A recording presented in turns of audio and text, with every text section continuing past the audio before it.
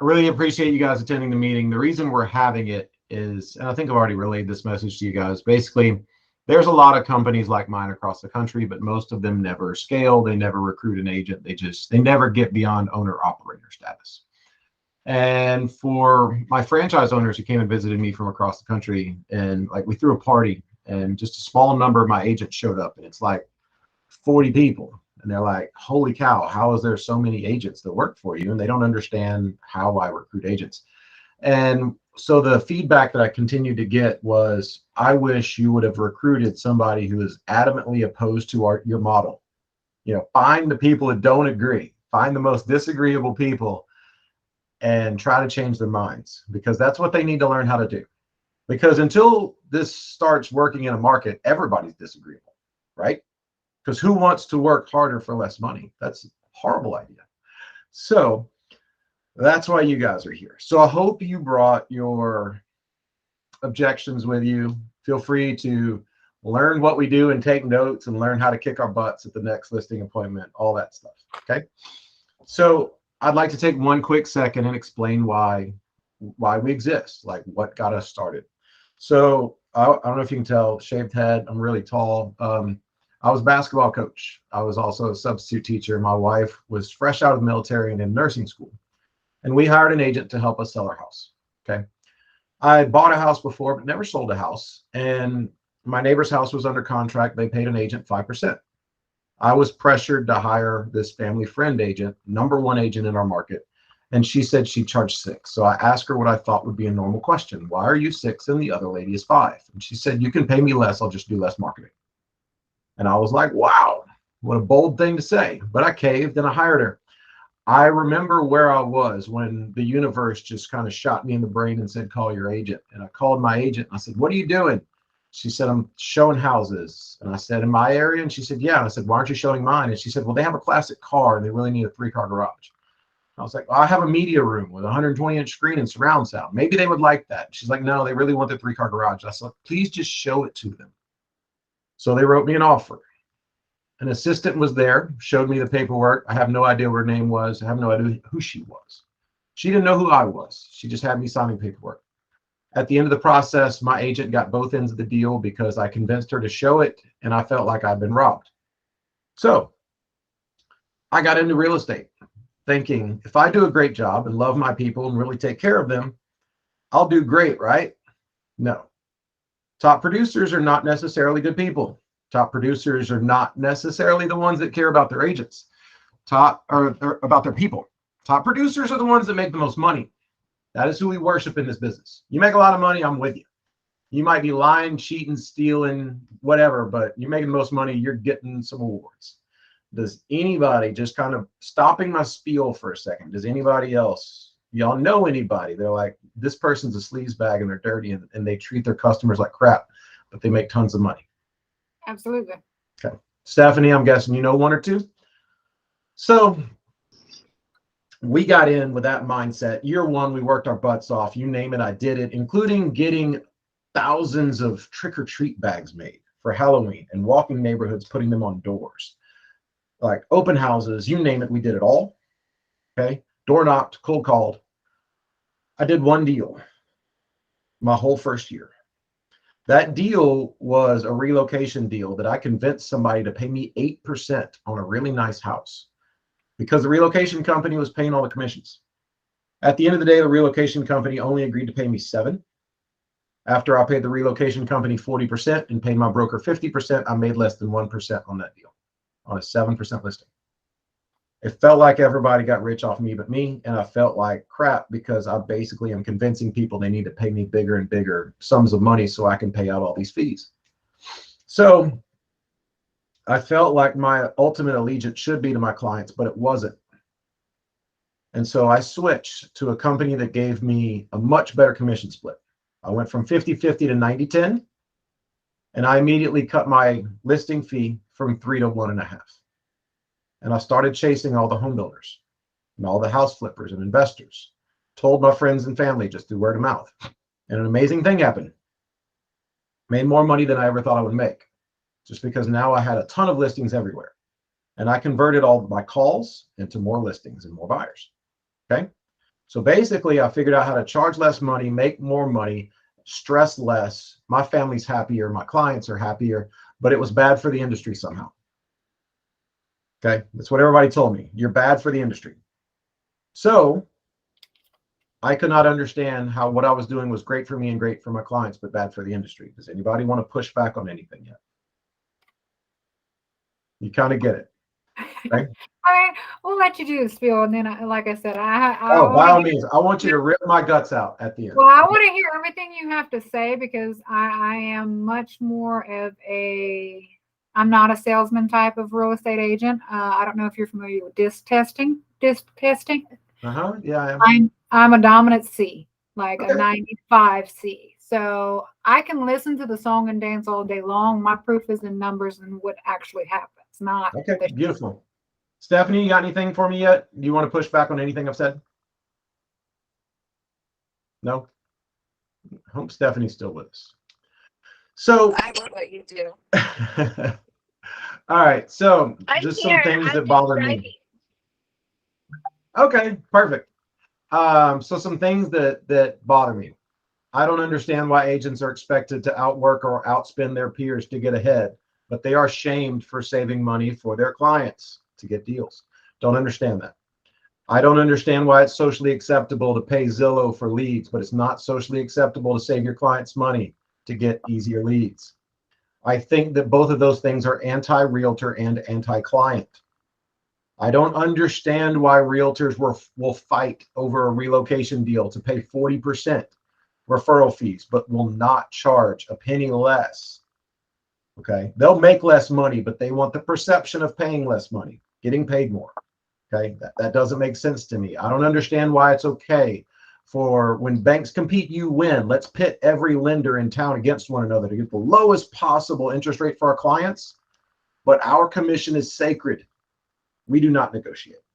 We expect everyone to negotiate with our clients, but we are above reproach.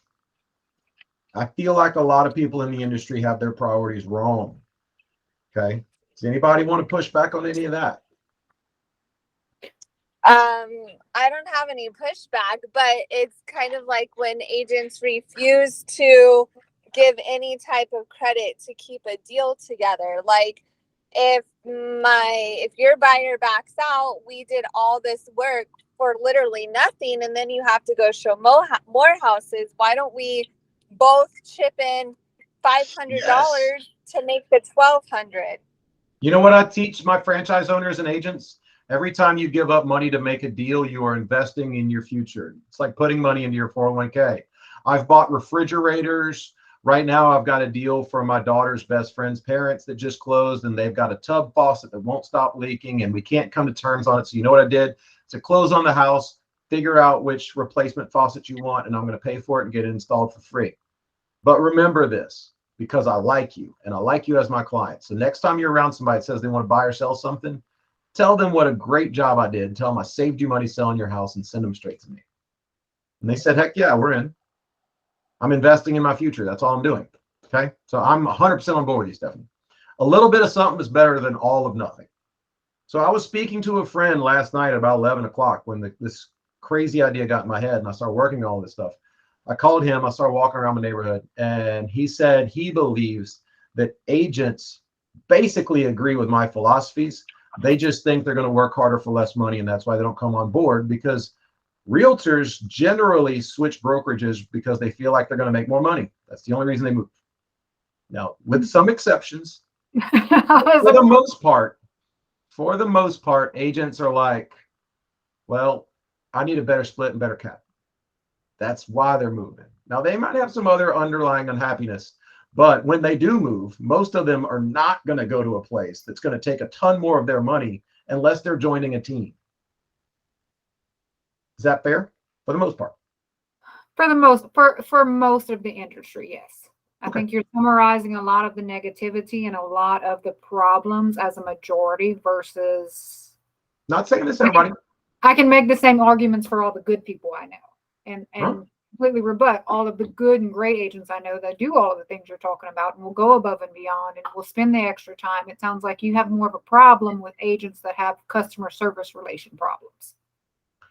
So here's, and I'm getting to that, but my biggest problem is not, to put it in car terms, my problem is not with a Mercedes agent that charge a Mercedes fee. My problem is that you can currently go on Groupon in Louisiana and get your real estate license for $250 in 2 weeks.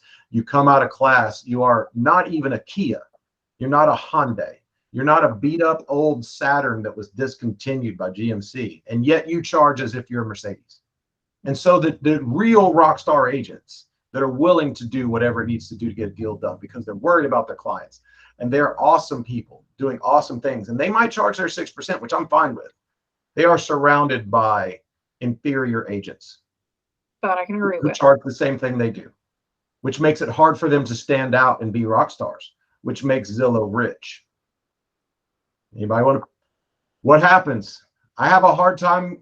I'm surrounded by 40 imbeciles and I'm good. How do I get ahead?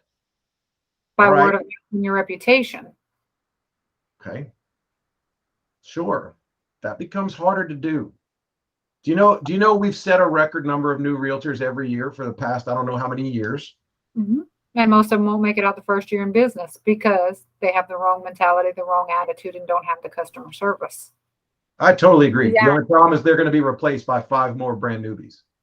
That's true. I am like a mentor with EXP, so I get tons and tons of newbies and I just accept them all because I don't have to do shit for any of them. Like 2 of my like 100 mentees have ever held open houses. Like I give them clients, like, here, go show these houses, and none of them want to work, and they think that they're a Mercedes and that, like, oh, know your value. And I'm all for boundaries and knowing your value, but you gotta hustle and like work until you are a Mercedes, and then you just gotta work smarter. I totally agree. Right. And but little things about the industry bother me. When an agent stands up in Real Estate Mastermind, for example, and says, I want to find a brokerage that's similar to mine with better splits and better caps so I can keep more of my money. Everybody has oh, join United. Oh, join, EXP so you can recruit a downline. Oh, do this, do this, do this. But when the public says, I want to find a realtor who is just as good as everybody else, if not better, with lower fees so I can keep more of my equity, you get what you pay for. You're going to have a horrible experience. You get have you ever heard a realtor tell another realtor who left for better splits and caps, you get what you pay for? How dare you join that discount brokerage who's going to take less of your money? We don't look at it that way when it's our money. Okay. So agents will shift from brokerage to brokerage because they are the brand. Nobody has ever said, I'm hiring Stephanie Heiser's company. They say, I'm hiring Stephanie Heiser. Is that fair? Okay. So agents will come out of real estate school and they'll try to develop a brand for themselves. If you take a big box brokerage with 500 agents, you're going to have 500 different brands. Everybody's got their own unique logo that they made or paid somebody on Fiverr to make, and they all have the black background with the cool cursive letters and maybe an old school doorknob, and it's super cute and the public doesn't care. Hey, my logo is super cute. I'm sure and it's super unique. cute. I'm sure yours is awesome and I want to see it. But my point is that it is not the Coca-Cola of real estate logos.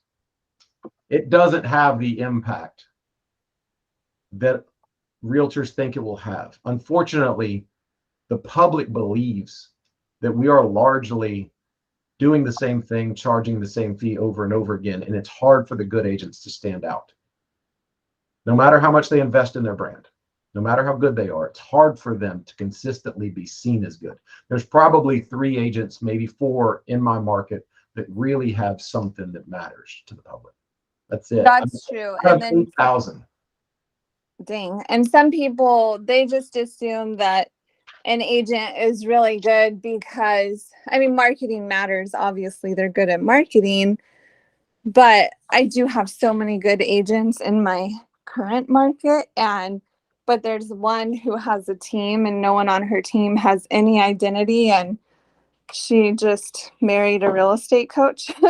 Everyone thinks she's the best, and I'm like, I've been in escrow with her several times, and it was probably the agent you talked about that sold your house.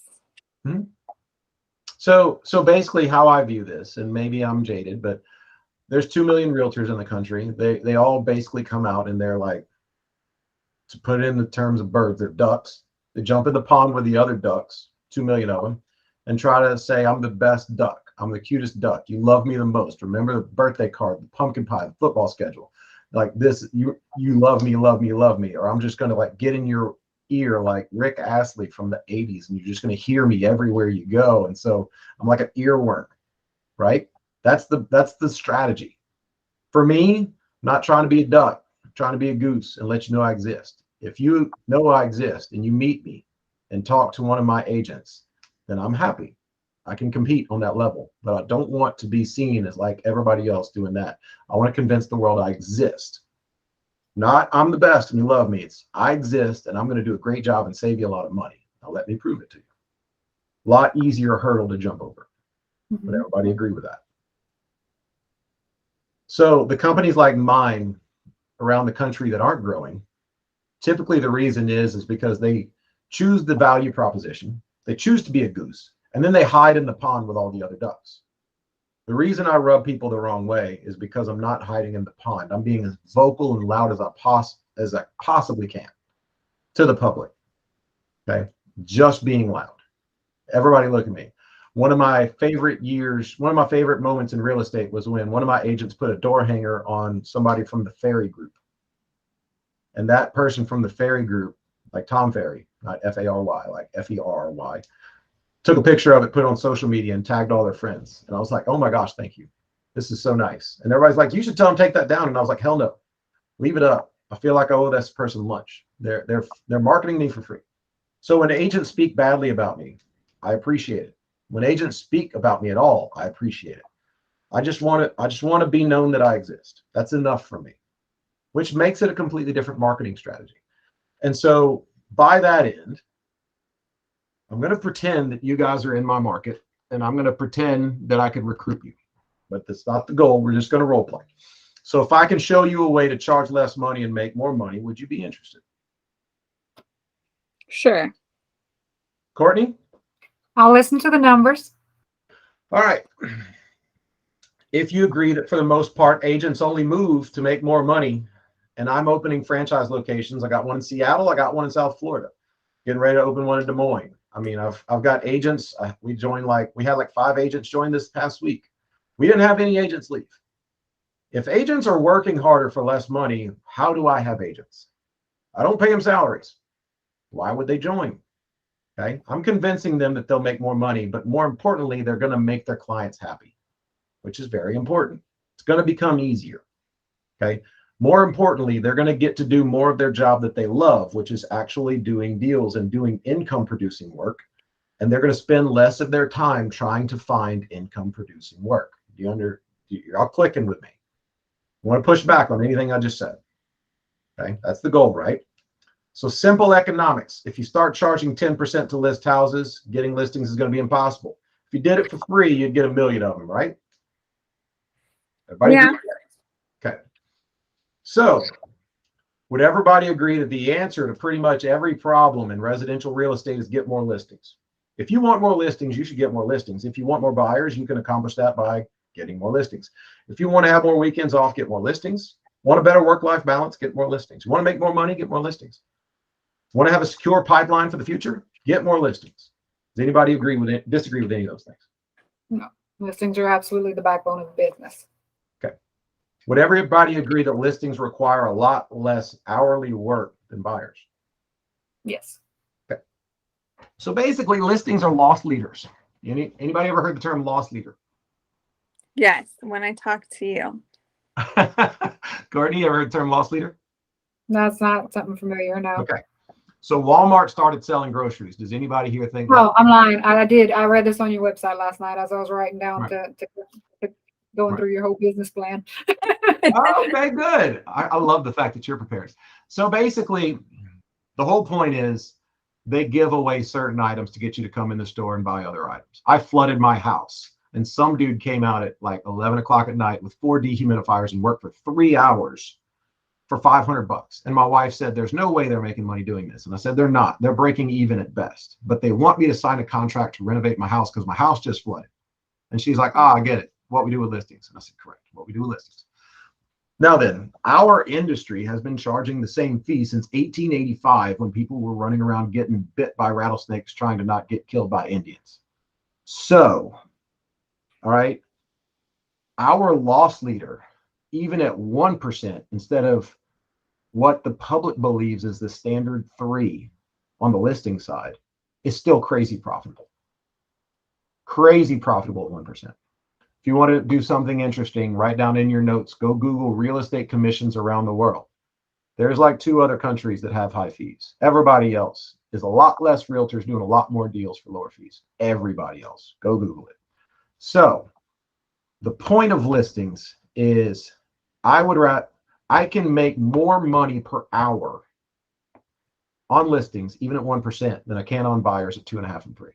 Does anybody disagree with that? Well,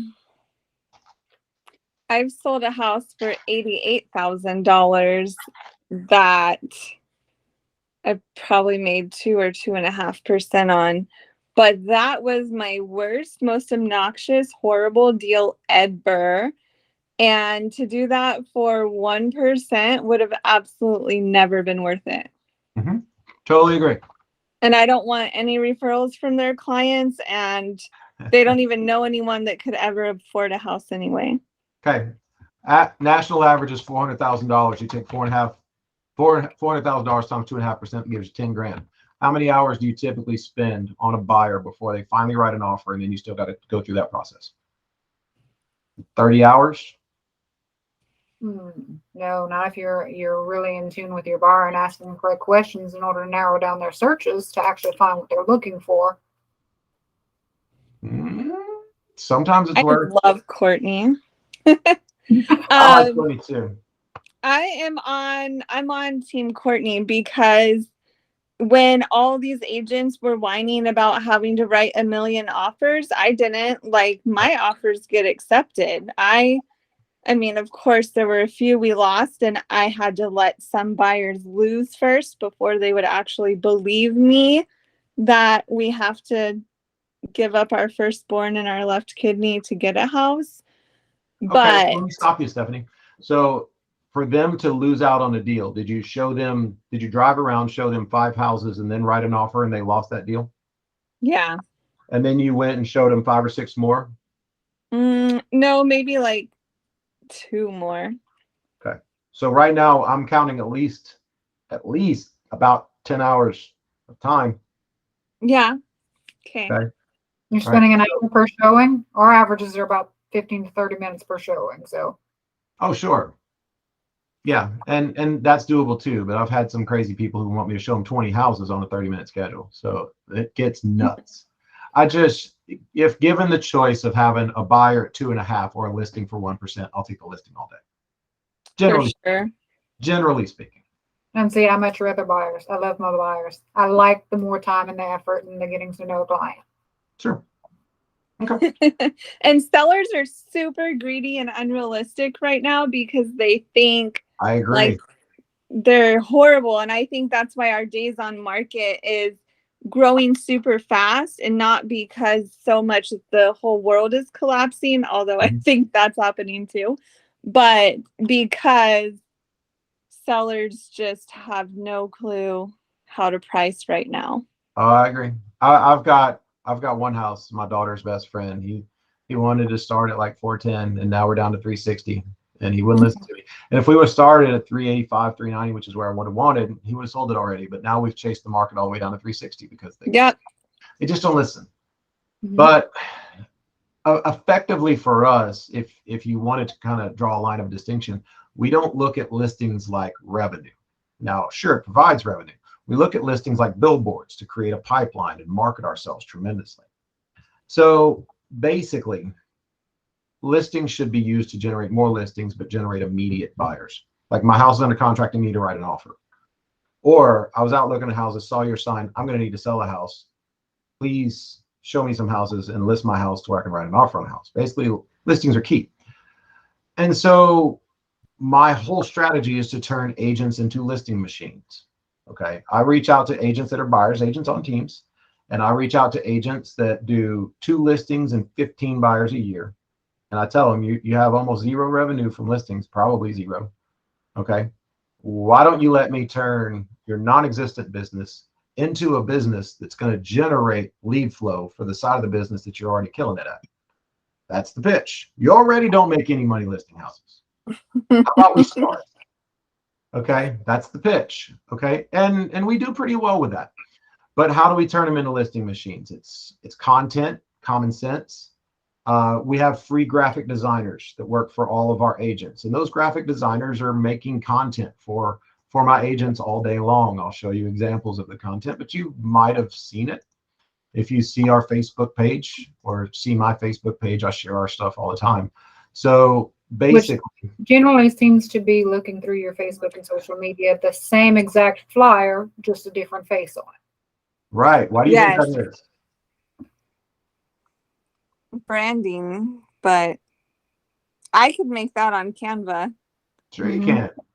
But here's the problem, and I don't disagree. You can. Okay.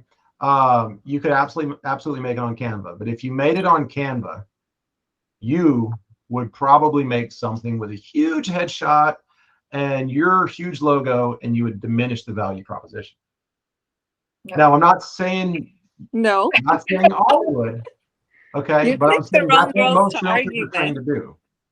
Would you agree that's what most realtors are trained to do? Oh yeah, for sure. I'm not saying you would. Most realtors Not suck. necessarily. I think when you're personal marketing, yes, and the emphasis is always on the headshot, the phone number, the email, your personal website. But for the most part, when you're closing on contracts, at least in my area, you're going pending, you're doing under contracts, you're doing sold. We do basically almost a flyer like what your guys make. The house sold, call me if you want to get it done.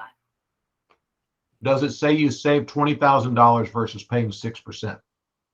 We don't need No. to talk numbers when the people know our brand and our customer service. That's what they're coming to us for. Okay, fair enough.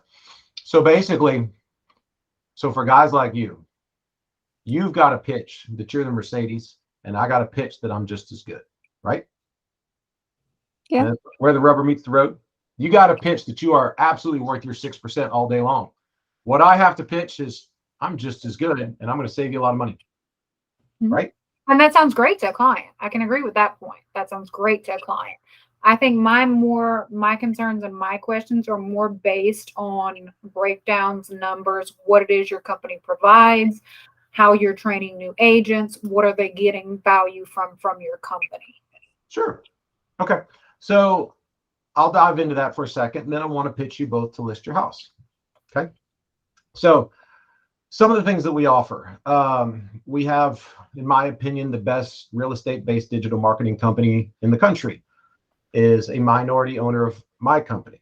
Okay, so it's a guy who ran all the technology for Ladder and Bloom, one of the biggest companies in the country, 5,000 agents. He now owns One Click SEO. Okay, so basically imagine a guy who's got 30 years of real estate experience and 30 years of digital marketing experience, who he works for my agents for an incredibly cost-effective price. Okay, creating websites, which I host for free graphic design services, training, free voice like content with voice actors that we train agents how to push to for sale by owners, follow-up boss accounts with action plans and all of our content already in there to push to the public. I train most every agent myself across the country because my highest and best use is selling franchises and training their agents to be rock stars. Okay, that's really my highest and best use. So, you know, there's a lot that goes into that with the creation of content and all that stuff. There's a lot of money spent on simply creating content so that agents continue to focus on what they do best, which is go do deals. And franchise owners can focus on going to do deals and recruiting agents as opposed to figuring out how to do all this other stuff. It basically lets you do your highest and best use. Okay. And there's a lot more stuff, but like, for example, I'll show you our tackle box. So this is something we call tackle box. And tackle box is where you go to get all of your content with us. Okay. So for example, here's all of our franchise locations around the country. Okay. Alabama, Colorado, Florida, yada, yada, yada. Here's all of our locations. You can click on any of these locations, go in and grab video content. Okay. Here's all the agents at the home office. We recreate all of these videos that are designed to collect for sale by owners or to go after expired and withdrawals or any of those things. We recreate all of this for our agents specifically so that they can run targeted social media ads and things like that, which I train them how to do. Okay. All of this content is useless if nobody knows how to use it. But anytime you list a house, get an active listing, sell a house, put it under contract, anytime you have a good week, good month, any of those things, we create you a branded, perfect social media share to convince the world you are successful. Okay. That's the whole point. So, success stories. Let's see. April Horn. She was my #1 rookie agent last year. She quit her job with the school board in March, has no office to go to, did not purchase a single lead, did 38 listings and 25 buyers her first year. Okay. She also got hit by Hurricane Ida because she lives in Thibodaux. Okay. Thibodaux is a little bitty town, Stephanie, with not a ton of people. It got smashed by a Category 4 hurricane. She did 63 transactions. So the average agent in her market makes 2.4% per deal and does 4 or 5 deals. April made 1.7 63 times. Okay. Now, how she's making 1.7 is her average buyer's agent fee in the market's 2.5. So 38 times she made 1%. 28 times or 25 times she made 2.5 or 3. You do that math, it works out to be about 1.7%. Okay, that's a lot of 1.7%. Okay, so how she did it was with a huge book of listings. She converted, I believe, every single listing appointment she ever went on. I convert 99% for whatever it's worth. She just converts them all and figures out where they're moving to. She converts her sign calls. She converts all those things. So I want to give you the pitch to list your house. Okay, I'll give you our listing presentation. Okay, so let me pull it up and share my screen. Does anybody want to push back on anything that I've said recently so far? Anybody kind of disagree with that philosophy? No, because we still haven't got into down dirty numbers. It's all still very sales pitchy to me. Okay. So don't worry. I'll have plenty of questions. You're not getting off without answering questions. Perfect. I love it. Are you ready? There's 6 ways that houses sell. Only 6. Feel free to Google this. This is how I present it to a homeowner. The first thing that any agent's going to do is put a sign in the ground. Putting a sign in the ground gives you a 7% chance of selling a house. My sign says for sale on it, just like everybody else's. Courtney's sign doesn't say for sale any better than mine. Okay. Neighbor might call a friend and tell them about it, or somebody drives by, but 7% of all homes, on average, nationwide, sell from putting a sign in the ground. Once we do a market analysis, professional photography, all your paperwork, you're going to go on the MLS. The MLS accounts for 33% of all sales. Okay. It's important to note that Courtney, despite being an amazing producer, has no influence over the MLS, nor do I. I'm not allowed to. And this accounts for 33% of all sales, which means most of the time the public finds a house for themselves and calls their agent. Once something goes on the MLS, the Internet Data Exchange takes a copy of that house, puts it everywhere online. If you don't believe me, search for a house through Google rather than searching on Zillow. You will find the same exact listing information, same photos, same everything across the web. Your house is going to be on Realtor.com, Zillow.com, Courtney.com, KellerWilliams.com, every .com in the world. I have no influence over Zillow, and I'm not even sure Zillow has influence over Zillow now. Okay. Combined, this is 84% of all sales that I can't touch. You're not hiring me because I'm a great marketer. It's not why you should consider hiring an agent. Okay. The next 3 things is what realtors can be really good at and excel beyond their peers. Number 1, social networking. How big is that agent's sphere? And how good are they at social media marketing? Because a lot of people are finding houses through Facebook nowadays. So if I'm competing with Dorothy or Rose from some old legacy company, ask yourself how good they are at social media marketing, because that's where they can be great. But if they get that whole 14% on top of the 84, that puts you at 98. The remaining 2% is open houses, print media, and broker tours. Okay. Look at your spouse right now and say, honey, we have to move today. I really need you to go to PJ's or go to some coffee shop and pick up a magazine for me. I'm going to go driving around looking for balloons. They don't do it. Okay. So you guys, great marketers, right? You know your Yeah. business. Your listing presentations are spot on. I don't even have a listing presentation. What percentage of people my age and Courtney's age, Gen X and millennials, okay, what percentage shop online for real estate? Do you know? Oh, I'd say probably about 93%. Hush. 99? 100? Over 99%. What about baby boomers? What do y'all think? They're almost never on the internet. Huh? I said, I'd say they're almost never on the internet. Baby boomers would be say the like grandparents' generation. 80%. They're not that old. Google, sorry, my dogs are barking. Google real estate in the digital age. According to NAR, over 97% of baby boomers shop online for real estate. That's their backbone for where they're. Must be from the city then, because over here in the country, they all read their newspapers, get up at 5 o'clock in the morning, maybe go to McDonald's, and that's the highlight of their day, getting their coffee, talking to all the other old men. I think you'd be shocked. I think you'd be shocked. You ready for the next one? Of people born in the silent generation. Now, these are people born slightly after the Great Depression up to the point where Hitler was alive. Okay? If they are still around with their massive fonts on their massive iPads, what percentage of them look around online for real estate?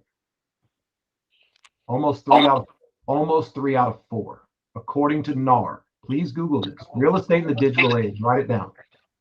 Okay? So, with that being said, open houses, print media, all these things are gone. Do I need to show you a magazine with a huge picture of a realtor and a tiny picture of a house to drive the point home? Probably not. But sometimes I do at a listing presentation. Okay? So, going down to here, we show them our successes. We're now up over 30 franchises open, over 2,000 closings a year. This is how much you're going to pay at 6%. This is what you're going to pay based off of our market analysis with what we think you should list at and what we think you should pay in buyers, agents commission, co-op brokerage commission to be competitive with the other homes. This is how much money you save.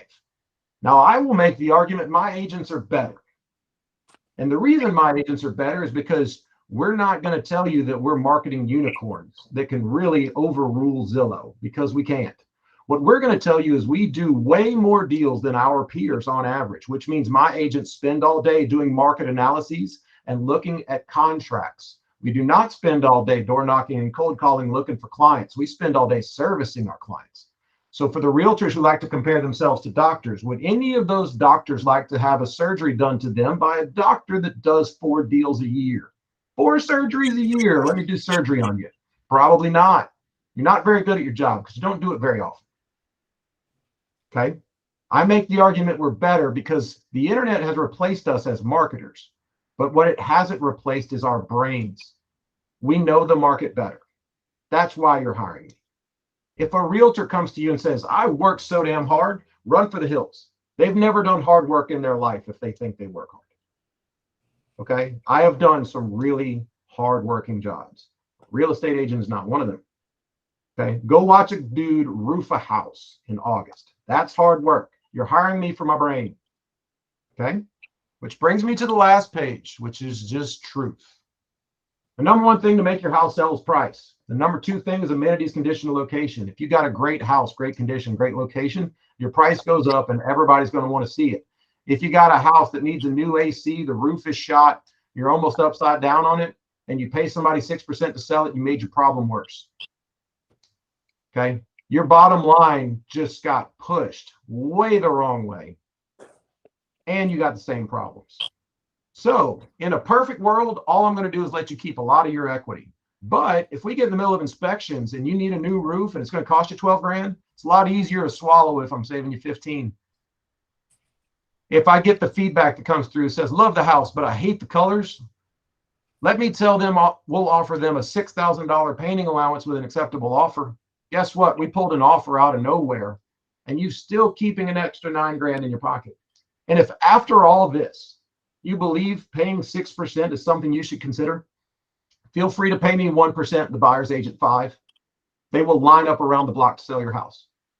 That is the best way to get activity in the world, because all the agents that just want to get a huge check, they're going to show up knocking on your door tomorrow. Okay. At the end of it, I talk about communication and expectation setting. I tell them I sell a lot of houses. That's what makes me good. I don't sell 1 or 2 houses a quarter. And because of that, I'm not going to call you every day and say, oh my God, sky's blue, birds are chirping. I have nothing to tell you, but I just feel like I should talk to you because we're best friends. You're not hiring me because I'm your best friend.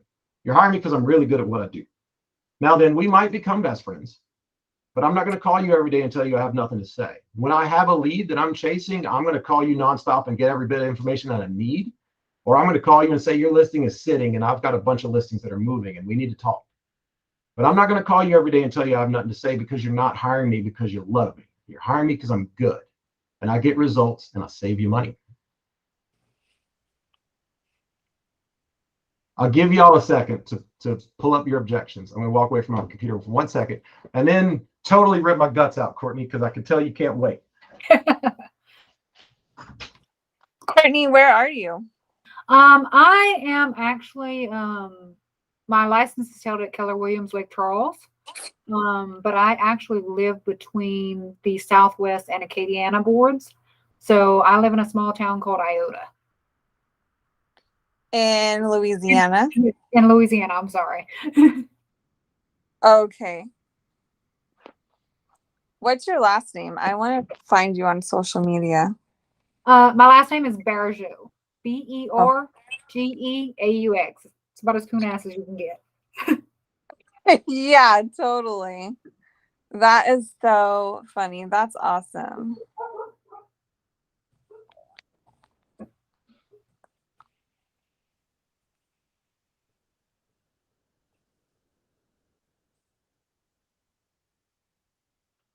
Jacob Keith. Yeah, there you are.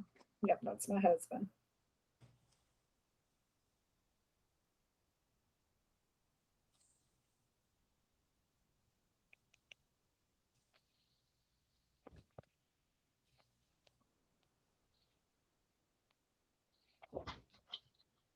All right, I'm back. So before you start to tear me to shreds, let me say this. This listing presentation is not designed around realtors to make realtors appreciate what we do. This presentation was designed because I started out as the public feeling like I got screwed by a realtor. So these messages are meant to touch the public's nerves, not the realtors. So rip me apart, and you can do it as a realtor to another realtor, and that's fine. But in your back of your mind, ask yourself how the public feels about the message. Go ahead. I'm done talking for a bit. Okay, I think my biggest questions and concerns is you're marketing that you're charging a seller 1% to list their home. Okay, great. So out of that 1%, what is that client getting from your company? Sure. First thing first, I'm going to do a market analysis of your home. Okay. When I do that market analysis, it's going to give me a peak price and a bottom end price. Okay. Based off of your area. After walking through your house, we walk through so many that I know. Okay. On a scale of 1 to 10, you're a 1 or you're a 10. And I'm going to know how you fall out there. And I'm going to know what commission we should offer to an agent. I'm then going to do all of your paperwork and handle all of that. You're going to go on the MLS. I'm going to pay for professional photography 95 out of 100 times. Unless it's vacant land or a rundown house, we're paying for professional photography. You're going to go on the MLS. We're going to do a lot of social media marketing. Okay, that's really what we do. That's what we focus on, is social media marketing. Some of my agents do open houses, some don't. Very few do print, but a few of them do. None of us, generally speaking, are doing broker tours. Still work, and nobody goes. I'm going to handle your transaction from beginning to end, including negotiations, inspections, appraisals, the whole 9. No different than you would. Okay. So for your listing agents, what of that 1% are they actually receiving payment when the deal closes? My listing agents are getting 1%. Yes, but do you have any broker fees that are coming out? Do you have any monthly dues? Do you have things like that? They're all taken out. You're not actually receiving the full 100% of that 1%. Correct. Most of our agents are on an 85-15 or a 90-10 split. So there is a royalty that our agents pay. Is there a cap? Depending on the office. It's up to the office. I mean, I don't choose what Houston does. Right. I only choose what I do. Now, there are some parameters they have to stay within. They're not allowed to run our business as a bait and switch. They're not allowed to do any of those things. I will shut them down, and I have. But beyond that, if they want to run it as a KW team and have lead listing agents and 1 million buyers agents to service all the buyers from all these listings, great. They can put them on whatever splits they want. If they want to do it as one of these 100% brokerages where they take $200 or $300 a deal, I don't care. It truly doesn't matter. So your model is very flexible. However you want to run your office. Okay. Now you do the 1%. How are buyers agents getting paid? How are you marketing the buyer's agent in the MLS? Yeah. So depending on the market, like in New Orleans, what's typical is 2. In most of our markets, what's typical is 2.5. But in some markets, what's typical is 3. We're going to do a market analysis, and that's going to tell us how we should price your house, but also what commissions we should offer to make sure you're competitive. Generally speaking, we're paying above average co-op commissions across the country. Okay, so the actual seller of these properties is only paying 1% on the listing side, but they are offering a buyer's commission on top. 100% of the time. Okay, that makes some more sense to me. That makes a lot of sense to me. So I'm like, how How are do you? buyers agents work their butts off? Yes. Okay. Yeah. So they usually get 2.5%, right? That's probably our average, but it depends. So like my daughter's best friend, I'm selling her parents' house, and it's stale. And so guess what I'm telling him? I'm telling him we need to drop the price $3,000 and we need to increase the commission to 3%. Because everybody else in the neighborhood is paying 2 or 2.5. You need to do a little bitty drop, but you need to start paying 3. It's strategic. And a lot of companies and agents, how they're combating what we're doing is they're cutting commissions, but they're just cutting the buyers. They're still paying themselves 2.5 or 3. They'll pay a buyer 1.5 to compete with us, which is killing the marketability of their listings, but they don't care. They're worried about the fee. Okay, so your model is definitely not based on a buyer paying a buyer's agent commission, because that knocks out a whole pool of buyers. Okay.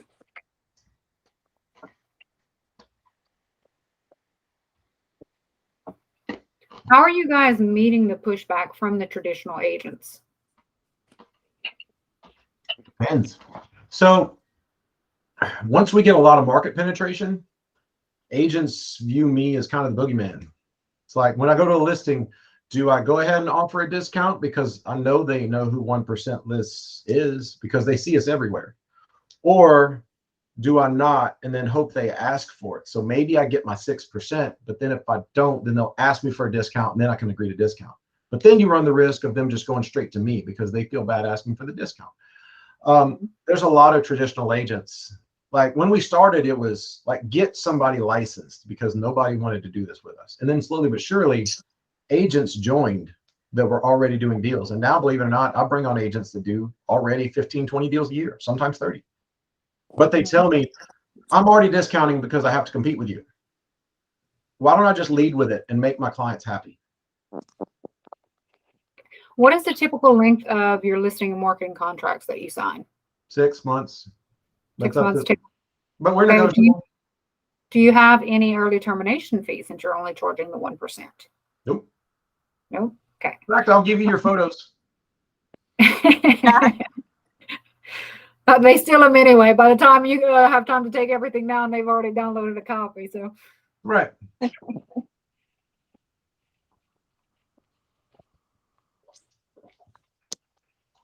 now you said opening a franchise. I'm trying to get through all my more money-based questions first.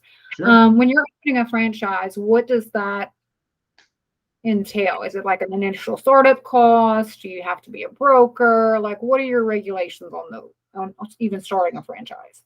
So that depends. In some states like Louisiana, Florida, and Tennessee, we have multiple brokers that already work there. And so if it was a top producer that was worth it, then we would have a broker that would just agree to be their designated broker until they could find another solution. But generally speaking, believe it or not, my typical broker is going to start out as a good producer, turn into an amazing producer, just like blow their doors off. And then they're going, by shining a spotlight on to the public on what is being saved in commission, and then to the realtors as far as how much money is getting made saving the public money, then they wind up starting to recruit agents. And eventually they make more money recruiting than they do doing anything else. Like in 2020, I was the number 30 or so biggest agent in Greater New Orleans. I did like 17 million a year in sales. Now I do like 3, but I make more money than I used to. Just because now I've got a bunch of agents who are just killers under me. And that makes me happier, and it's more rewarding because I like taking realtors who used to be in Zillow's pocket, or realtors who just used to grind like crazy, and turning them into people doing more deals, maybe making a little less per deal, but doing more deals, because doing deals makes them happy. It's cold calling that they hate. Mhm. Now, do you guys have any kind of in-house ISAs that are providing listing leads to your agents? So one of our goals is to open up. So there's a NAR policy that unless you own a brokerage, you're not really, that extends out, you're not really familiar with. And what it's called is a back office data feed. So basically, anytime I open a location anywhere, then that office gets a free website, which I pay for the hosting of. That's part of the deal. I'm going to give you a website that's included. But you also provide a back office data feed to the corporate office with the goal of eventually, like we have listings on our corporate website that all the way down to Puerto Rico. Eventually, we're going to open up the whole country. So I already generate listing leads around the country, like to show you that I'm not full of crap. Here is all the people who have reached out to me recently and said, would you please come list my house? It's 452. Okay. Literally saying, hey, please come list my house. I mean, places I've never heard of. And so our ultimate goal is to be able to do this around the country and just generate leads nonstop, because we've been doing SEO on the corporate website for all these terms that got no traffic since 2016. So discount real estate broker. I had somebody from Dallas reach out to me and say, could you list my house? And I said, unfortunately, no. My nearest office to you is Baton Rouge. And he is like, oh, well, you're on page 1 of Google here. And I'm like, yeah, awesome. But any leads that we get, I literally give away. So if I get but you're generating leads not necessarily through an ISA, you're generating leads through social media, like that. I'm sorry, what was that? Oh, I said, so you're not saying you have an in-house ISA, you're more generating leads in the follow-up boss program, social media marketing, signage, Google, things like that. Yeah, and Stephanie, I'm sorry I muted you. We had a ton of feedback. Yeah, so we're generating leads all over the place, and I give them away to my agents. I send them to the franchise owner, and they send it to whoever they want to, and I don't charge anything for it. I'll say, yeah, and without having an office in that area, those are kind of dead leads for the moment. In a way, you know what I do? Are you referring those out to other agents in those areas, basically? I go on Real Estate Mastermind. Are you familiar with that group? Mm-hmm. I go in there, and because I'm normally like, people are just like throwing rocks at me on there all day. But I gave away multiple $2+ million listings last year. And I'll go on there and I'll say, somebody reached out to me from, I think one of them was from San Capistrano, California. And it's a $2.2 million listing. And unfortunately, I'm 3,000 miles away. But if anybody would like to offer full service to this client at a more reasonable fee, they would like to list their house. My phone exploded with agents who hate my guts and think I'm stupid that wanted it. Right. So that's what I'm doing. I typically use it as bait. A lot of times I will tell them, I don't even want a referral. What I want you to do is charge them a low fee, and I want you to sit through a Zoom meeting and understand how I generated that lead. Mm-hmm. Perfect. Do you notice that, I'm sure it depends on the areas, but do you find any difference with your 1% listing? So you kind of have more flexibility with probably price drops, I would assume, that your average listings are sitting on the market less active days than competitors' listings because they aren't dropping prices. Last year, I think among the top 30 brokerages in Greater New Orleans, we had the 3rd fastest sales rate. And one of those was DSLD. You're familiar with DSLD, right? Yes, DSLD, D.R. Horton, we have those. Yeah. So one of the other two was us. And generally speaking, we just, like I said earlier, hopefully you're just going to take all this savings and put it as equity in your pocket. But sometimes you're going to use it as a tool to pull an offer out where you shouldn't have been able to write one. Right. Do you and your company and your franchise, do you guys believe in quantity or quality of an agent? Quality. And Quality. here's why. We've fired multiple agents. And the reasons why most agents are typically fired with us is paperwork and communication. If I hear from your client that you're not talking to them the way you should, and I don't mean mean or rude, I mean like you're not answering calls, you're not returning calls, I will fire you very, very quickly, because the knock against my company is, oh, you're limited service, you're not going to communicate well, you're not going to do all these things well. That shit don't fly with me. Pardon my French. Like I don't allow it. And they go right back to the company they came from. My vision of the future of real estate is much like the rest of the world. If you Google real estate commissions throughout the world, like I went to my local gym and we have a tennis coach from Australia, and he knows I'm like the 1% list guy. I show up wearing my stuff everywhere, and so do my agents and people. And he's like, you wouldn't even be weird in Australia. I was like, what do you mean? He's like, what you do here is what every agent does in Australia. Okay. Mm-hmm. Everybody's charging 1.5%. Okay. Maybe 2 in a rare occasion. We just have a lot less realtors doing a lot more deals. I'm like, yep. I was like, are your realtors better? And he's like, absolutely. They freaking know what the hell to do. Mm-hmm. And that's it. I can say, not knowing, my biggest concern seeing your brand and your 1% list is that was the totality of the agreement. That you're keeping a 1% and only offering a buyer's agent, that the buyer has to pay the buyer's agent commission, or you're not offering a buyer's agent commission, things like that. To hear that you are still only charging 1% on the listing side, therefore you're getting much more volume, but still compensating a buyer's agent accordingly to what the market is doing. I get that. I get that strategy. I can agree with that strategy. So now I'm going to be more focused on. Am I winning you over, Courtney? I feel like we're connecting right now. I get that. No, don't get too excited yet, because I can feel it. I can feel the love. The love is pouring through the screen on my end. I don't know. Maybe I'm not coming through on yours. You're coming through on mine. Maybe it's the hair. Maybe you just fell off the hair. Go ahead. The franchise itself and what you guys provide to your new agents now. Because like Stephanie there, I am a mentor. I teach new agents. I am an operations manager within our top team of our Keller Williams office. I, like I said, am a dominant C, and I am very hardcore on education and making sure new agents are doing things correctly. Mm-hmm. Because I think that's super important, because that's it. You got a bunch of little willy-nillys running around that they don't even know what an actual, contract looks like or what it entails. Completely agree with you.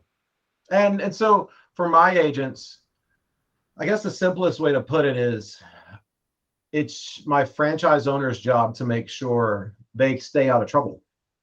Okay. So now we will help you. Give me 1 second. Let me flesh that out and then I'll answer your question. So we'll help you set up systems like Dotloop or whatever you choose to use. We'll help you set all that up to make you more efficient, because efficiency becomes very important when you're doing a lot of deals. We'll help you set up all those things. We have accounting systems to make keeping your books really easy. By the way, it's way better than green sheets. No offense. But all these things we help you with. It's my job to turn them into just awesome. I call them killers, which sounds mean, but it's my job to turn them into killers. I want to go out and I want to motivate them and have them go out and ready to conquer the world and just ready to just preach the value proposition to the world and just go crazy. It's your job to make sure they are in compliance. Okay. It's my job to provide them the marketing materials. My job to train them how to use it. Does your company kind of have a preset list of, I'd say, expectations, rules, things like that you're giving out to these franchise owners, saying, look, you need to follow step 1, 2, 3.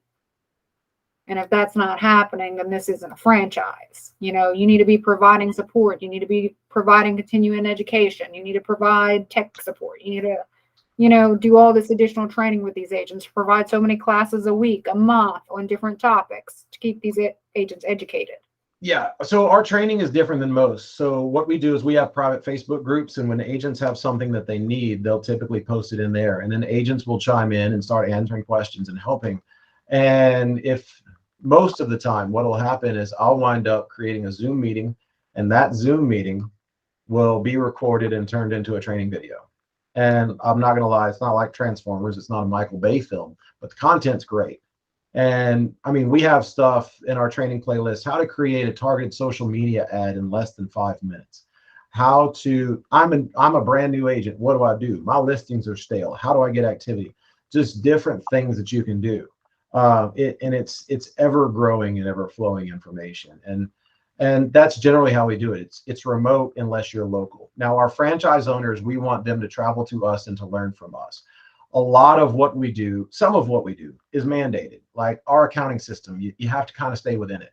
Our value proposition, you're not allowed to use this as a bait and switch. So you can't start Courtney Realty, run this to get leads, and then talk people into paying 6% with Courtney Realty. Okay, like we don't allow that. We don't allow you to do bait and switches. We don't allow you to run crazy fees. We want you to believe in our message and do what we do. Otherwise, why are you signing up?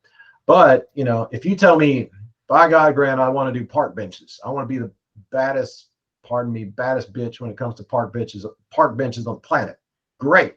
Let's go conquer the world with park benches. If that's what you believe and that's what you want to do, hell yeah, let's go do it. If it's TV, great. Billboards, fine.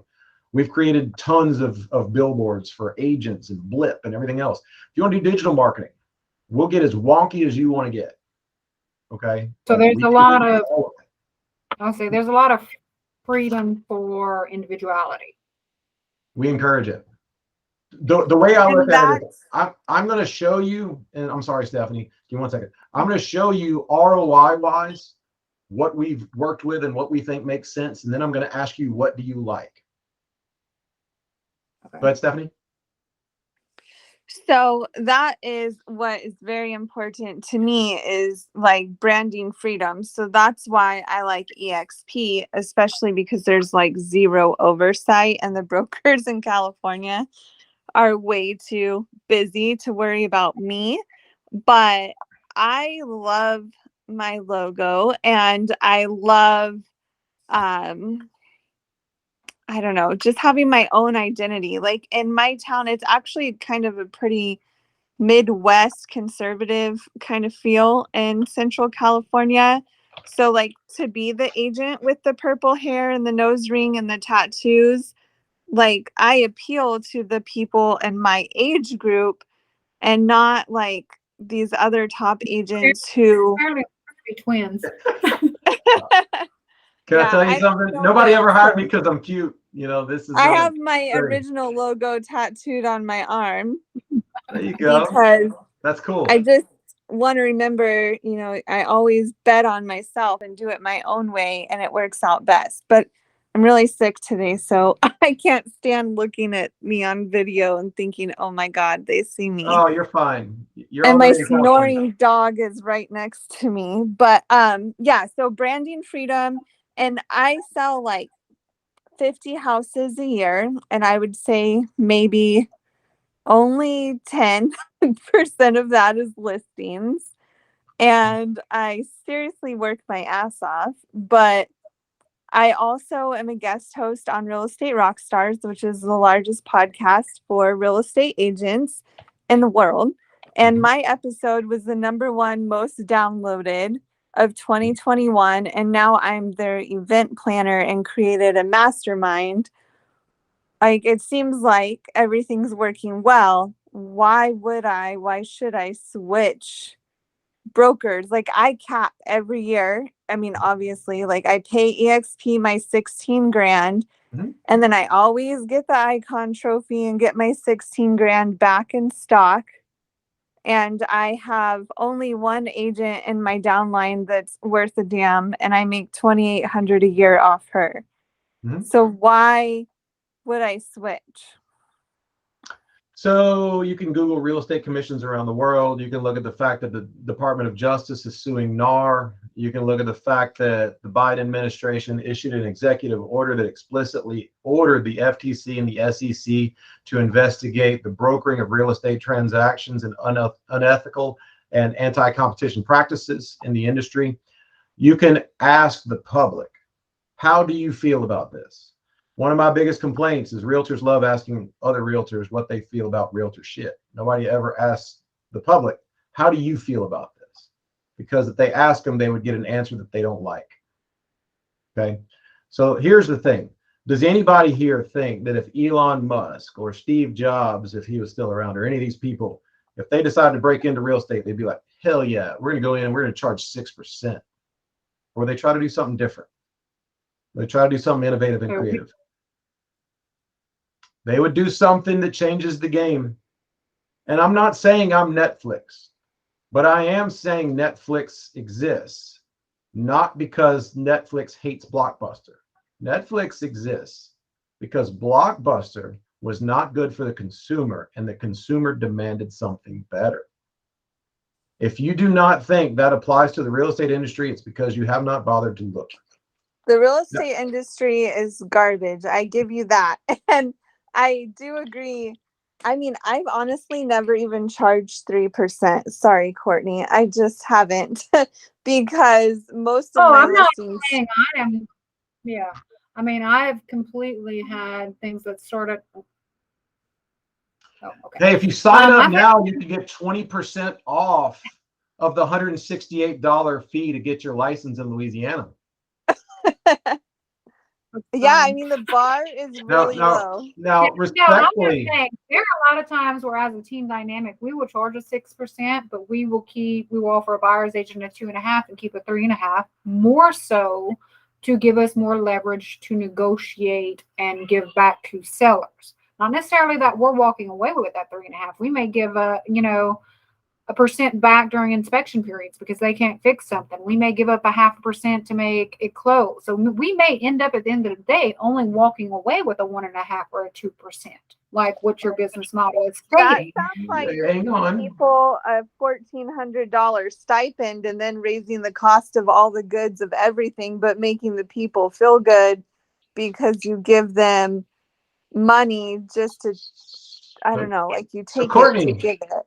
Courtney, I'm not saying you don't have it, but that is on the deals that are needed. That's where I feel like we're going above and most agents would do, because we are not opposed to giving up money on our end and giving back to it in order to make a deal happen and make a client happy. Courtney, let me ask you a question. And this is just us talking. But if 10 members from the public were here and I ask you this question, now, Courtney, you set that up because you may need to leave some money on the table. What if you don't? What if it sells immediately? Do you go there to the closing table and say, you know what, happy homeowner, I paid 3.5 to myself and 2.5 to the other side because I thought I might need to use that, but I didn't. So I'm only going to charge you 2. Oh, absolutely. No, it doesn't happen. No, it has doesn't happened to me because I am not one, just like if I end up with a dual agency, I automatically have it written in my listing agreement that if I end up with a dual agency, the commission automatically drops for the sale. Sure. And look, maybe you are that one that's awesome and very noble and everything else, but you're surrounded by the ones that aren't. Oh, absolutely. I'm like a tadpole swimming in a shark tank. So with the $168 fee to get your license right now, which by the way, you get another 20% off, another $40. That's down to $128 to get your license. They just need to find the right Courtney. How many agents are in your office? Within my group, we have 7. Within the office, I believe we have about 95. Okay, that's a small office for your brokerage. Yeah, we do have a small office, and I'll be honest. There's probably within that 95. There's probably only about 25 of those agents that are really active and doing deals consistently on a monthly basis. Right. Which leads to a bad experience on the part of the consumer, because when they wind up hiring one of those agents that doesn't do a lot of deals, they're rusty and they don't know the market. They just don't. And that's a problem for the consumer, because now they're paying top dollar because they don't know any better, but they're getting a bad result. Oh, I completely agree with that. I'm much like you. I got into real estate because I had a horrible agent and said, I've got to be able to do better than this. So and I'm a very upfront and honest agent, especially with clients. I walk in and I say, look, I understand why most clients don't like realtors. I was one of you, I completely get that concept. Let me show you something different. I'm going to be completely honest with you. I can give you the sales pitch. I can go all day long and tell you everything you want to hear. but everything you want to hear is not going to get your house sold. I like you. I like you. You're halfway to the dark side already. So the biggest office in my market is KW Metairie. Their average agent has done 4.5 deals in the past 12 months. One every 3 months. Yeah, that's not 1.1 bad. every 3 months. That sounds like a dream. I could sleep a lot more and not work from my bed.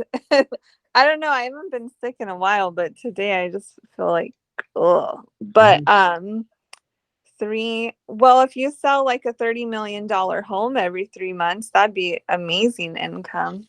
We don't have too many of those down here, Stephanie. You're in California.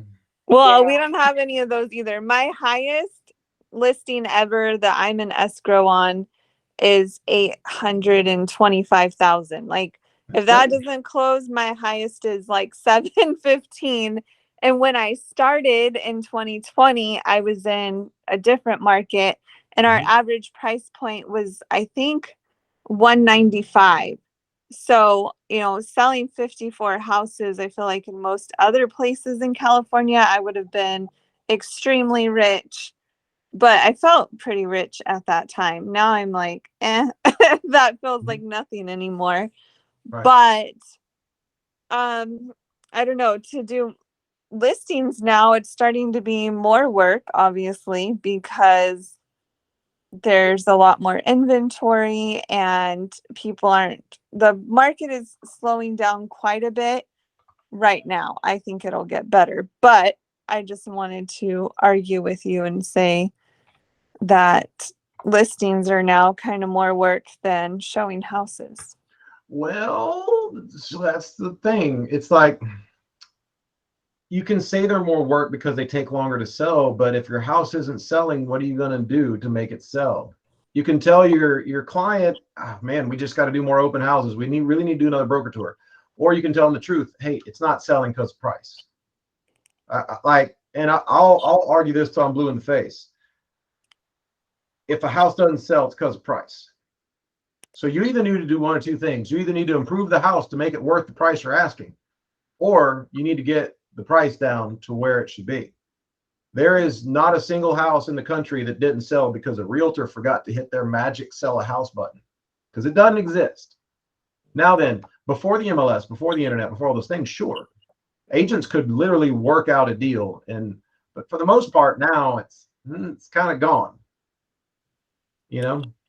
Well, why would I want to make 1% on, say, a $300,000 house when I have to pay my transaction coordinator $400? I have to pay the photographer up front. I have to, I don't know, whatever else you pay for a listing just to make $3,000.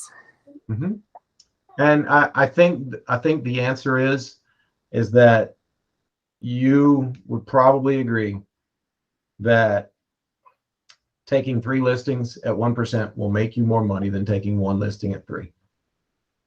It's a volume game. It's a number. Can't argue that at all. You're getting a lot more numbers at that 1%.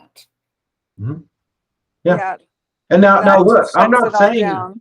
Now I will say that I think almost across the board, agents are going to make more money doing it this way, but we have a hard time converting an agent that's already doing 40 or 50 deals a year unless they decide they want to open an office, because those agents will say, well, now I can go back to doing 20 deals a year. My transaction coordinator that I already have is going to be my office admin. And now I can make what I currently make just off of my agent's production. And I can go back to doing 20, 25 deals a year instead of 50 and double that income again.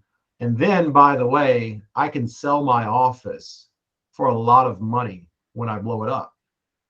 Okay. So that would be why. If you're doing 50 deals a year, then you're great as long as you want to keep doing 50 deals a year. But how do you stop doing 50 deals a year? What if one day you wake up and decide you don't want to do 50 deals a year anymore?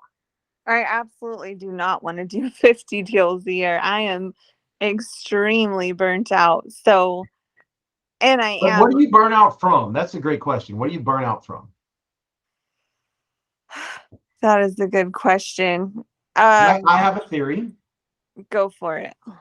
So I only have about 5 or 6 agents at my company that will actually verbalize, I am freaking sick and tired of listing houses. But it happens. And they're typically agents doing at least 70 deals a year. What they more so say, what agents more so say is, I am tired of doing what it takes to do deals. I love doing deals. I like doing deals. Doing deals makes me happy. I just hate doing what I have to do them. You know, the football schedules, the freaking door knocking, the designing postcards and calling my sphere and all this shit real estate coaches tell me I got to do deals. I'm sick of that. And most of them will sit there and say, I will take 25% less money to do a deal because all I've got to do is adopt your value proposition. And if I do 25% more deals now, I'm going to make the same money. But now I don't have to do all this stuff to make people love me. I just got to do 25% more deals with an outrageous value proposition and all the content that goes with it. I personally believe teachers don't get burnout from teaching because they hate kids. I think they like kids. That's why they got into it. They hate parents and principals. I hate kids. Okay. But they hate parents. They hate principals. No, I know. 100%. You know what I mean? It's different. Yeah, if it wasn't for the adults, I would have been a teacher for the rest of my life, 100%. I loved being a principal. I loved it. I hated the parents. Parents sucked. They're really bad. Okay, so I mean, I am always thinking ever since, I swear I was always defending you on that stupid mastermind page. Well, we've got an EXP agent who's been waiting 2 years to open Orange County. Well, I know I can't wait for that to happen because I want to talk to them and see, like, I just want to, well, so she's already doing what we do. She's already doing it. And I think because, you know, people say you can't like advertise your commission or something. That's, I don't know if it's NAR or CAR, but like I wanted to test it out and just have a billboard now that says like 2% list. And in my market, agents would shit their pants because we get 3% a lot up here. But in Joshua Tree, where I started my career, I mean, 3% was like hitting the lottery. Almost no listings still are 3%. None of them. No, there's a lot of people who say, oh, it's antitrust to post what you charge. No, it's not. Antitrust is colluding between brokers to artificially inflate or set a fee. Right. Okay? So unless you're telling me that I'm artificially inflating fees, I'm not antitrust. And we actually had brokers who wanted to take me into NAR for antitrust. And I said, if you want to do that, I'm going to bring an antitrust attorney and the Department of Justice, and they will educate you on what antitrust means. You scrutinizing me is antitrust because I'm disrupting your market. Exactly. Okay. So yeah, no. because I don't feel like there would be a lot of, especially in my area. Honestly, I don't think a traditional agent would have any kickbacks as long as you're offering that 2.5 to the buyer side of things. Mm-hmm. They really don't care, and they won't see until the final CD of what you actually made. Yeah, but they'll start losing a lot of listings to you in a hurry. Mm-hmm. And that will rub people the wrong way. But it's partially fear and partially the hope of a better career and partially more money that makes them join. It's really a combination of all three of those things. Mm-hmm. Now, sorry, go ahead, Stephanie. So sorry. I was just going to ask if 1% list advertises anywhere. I know you are up there in the SEO. I want to Google and Visalia and see if you come up anywhere. But does are you going to pay for advertising in California at all? Mm-hmm. Or is it just like how we do now? Like if I want a billboard, obviously I pay for it, not EXP. And I personally don't care paying for it, but I'm just curious, like what you do. So the way I look at it is there's two different forms of things, and we cover this in our training. There's marketing and then there's sales. Okay. I feel like it's my responsibility to make you have a certain amount of brand recognition in your market. And so I do marketing, which is to say we might get some billboards. We do a lot of YouTube targeting. We do a lot of Facebook targeting. So I might take one of our ads, one of our generic ads for your office, and target everybody who's into for sale by owners, Zillow.com or Realtor.com, Truly, any of those things, and target in a radius around your market. Okay. And the way I look at it, I'm not trying to generate a lead for you. Now it might, I'm trying to convince the world you exist in your market. It's your job to cut down the trees. I will help you grow the forest. Does that make sense? Mhm. Yeah. If it's my job to cut down the trees, then why the hell am I doing this? You know? Right. Do you encourage your franchises to have a bricks and mortar location? Not unless they can monetize it. So not if it's like, if you were thinking about getting a billboard. Okay. So one of the things that we do is a lot of local SEO. Are you guys familiar with that term? Okay. So local SEO is like this. If I search best restaurant near me. Okay. So look what comes up. This is what's called a map pack. Okay. And the Google Map Pack is local SEO. That's them telling you, here's what's around you. Okay. So obviously we have a Wow American Eats, Lit, and Rusty Pelican. And then I can pull up more places, right? Right. So this is what local SEO does. We're big believers in local SEO because if you search discount real estate broker near me, okay, you get these people. These are people paying for ads. You go into maps and you're going to see nothing but 1% list, 1% list, 1% list, this person with 1% list, this person with 1% list. I mean, we dominate this search. Okay. And realtor near me, things like that. You want to dominate those types of searches.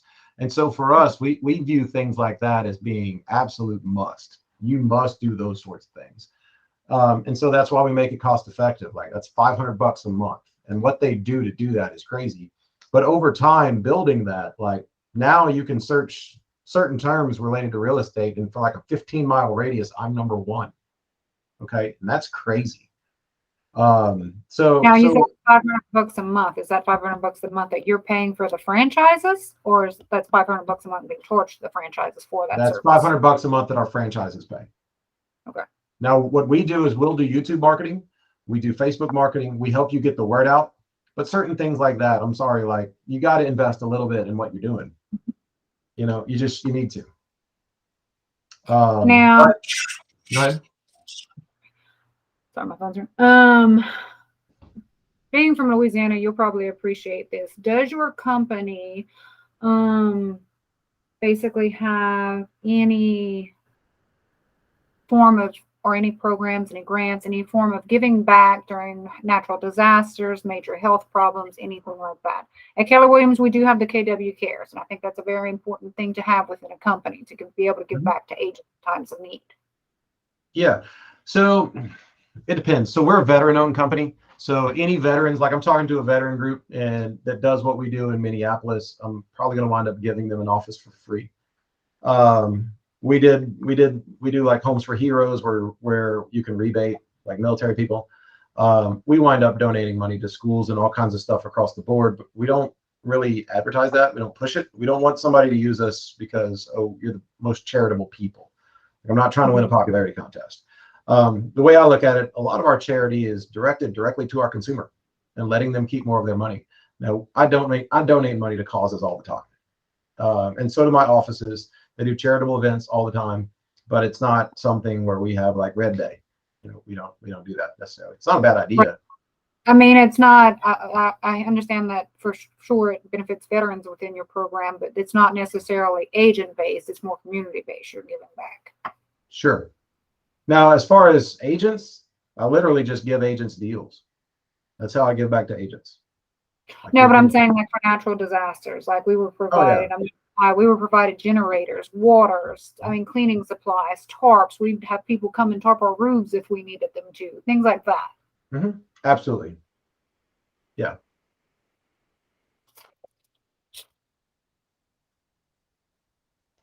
What? I don't have quite as much money as Gary Keller. Right. Yeah, we're a worldwide company. But when Ida hit, you know, like I was running food, I was bringing, you know, cell phones, generators, whatever I had to bring to all my offices in the river parishes and in the bayou parishes. It's just something you need to do. What is your, I know you founded this company, or you're just a franchise owner of this company? I'm the founder, creator, CEO. Okay, He's so the then you're dude. The you're that dude. guy. I am the Big Um, Lebowski. What are your projections for your company growth? Like within the next year to 2 years, 5-year plan. What are your projections for company growth? Because you are such a big. I'm expecting we're going to go from 30 to probably 40, 45 franchise locations by the end of the year. Once again, we haven't brought on VC money. We don't have any debt. And so basically, I'm just bootstrapping it right now. Once we actually have money to spend, it's going to get interesting. Because I can tell you how we built our home office is by taking our excess profits and reinvesting it. I'm probably the only dude who has franchise locations from the Pacific Northwest to the extreme Southeast who's still doing real estate deals, but I am. And the reason is because I want to, and because I don't want to take money out the franchise side. I want it to grow insanely fast.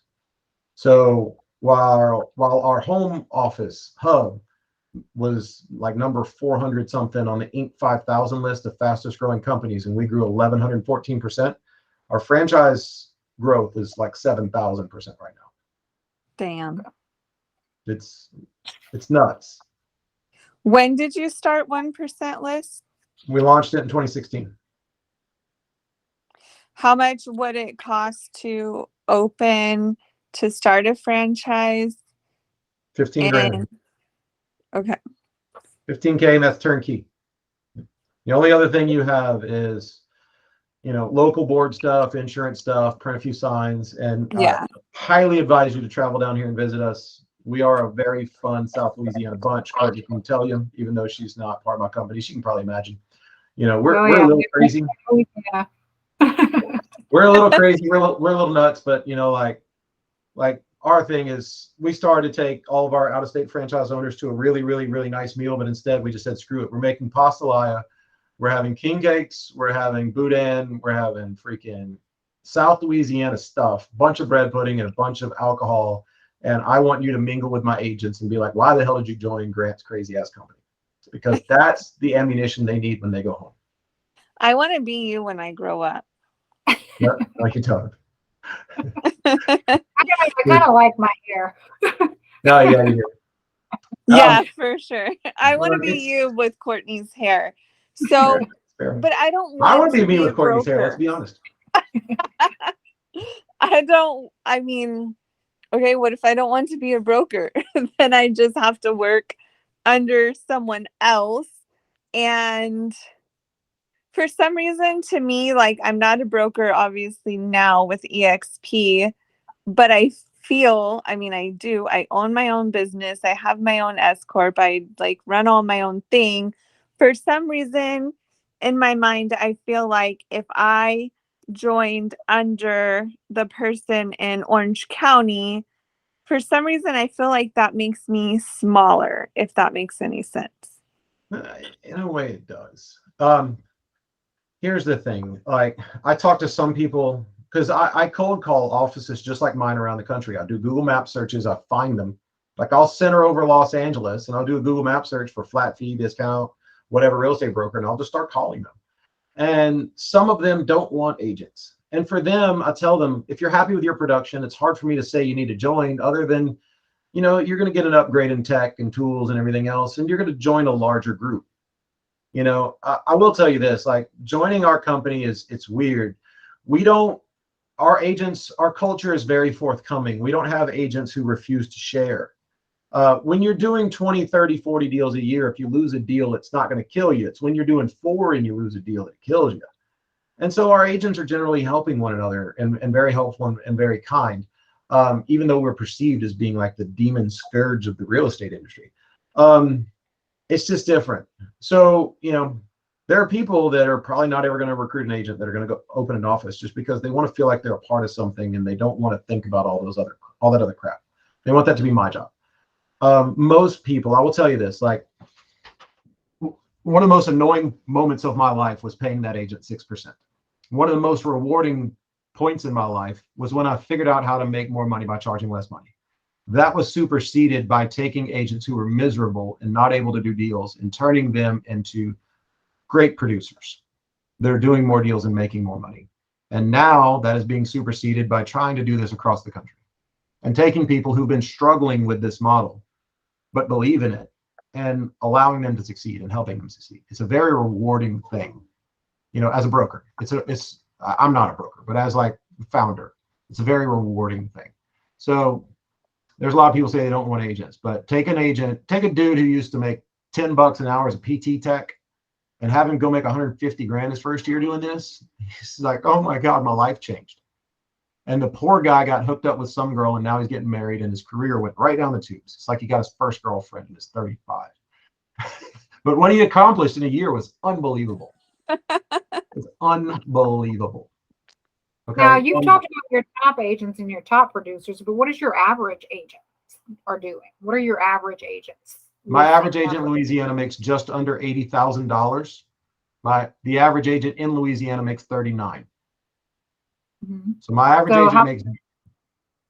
I would say how many deals or how many transactions from listings does that average agent usually equate to? That totally depends on the office, and that would be a little bit complex to show. But I can tell you I did do the math because I was tired of people telling me I don't want to work harder for less money. And my average agent was making $79-something thousand compared to 39 is the state average. Okay.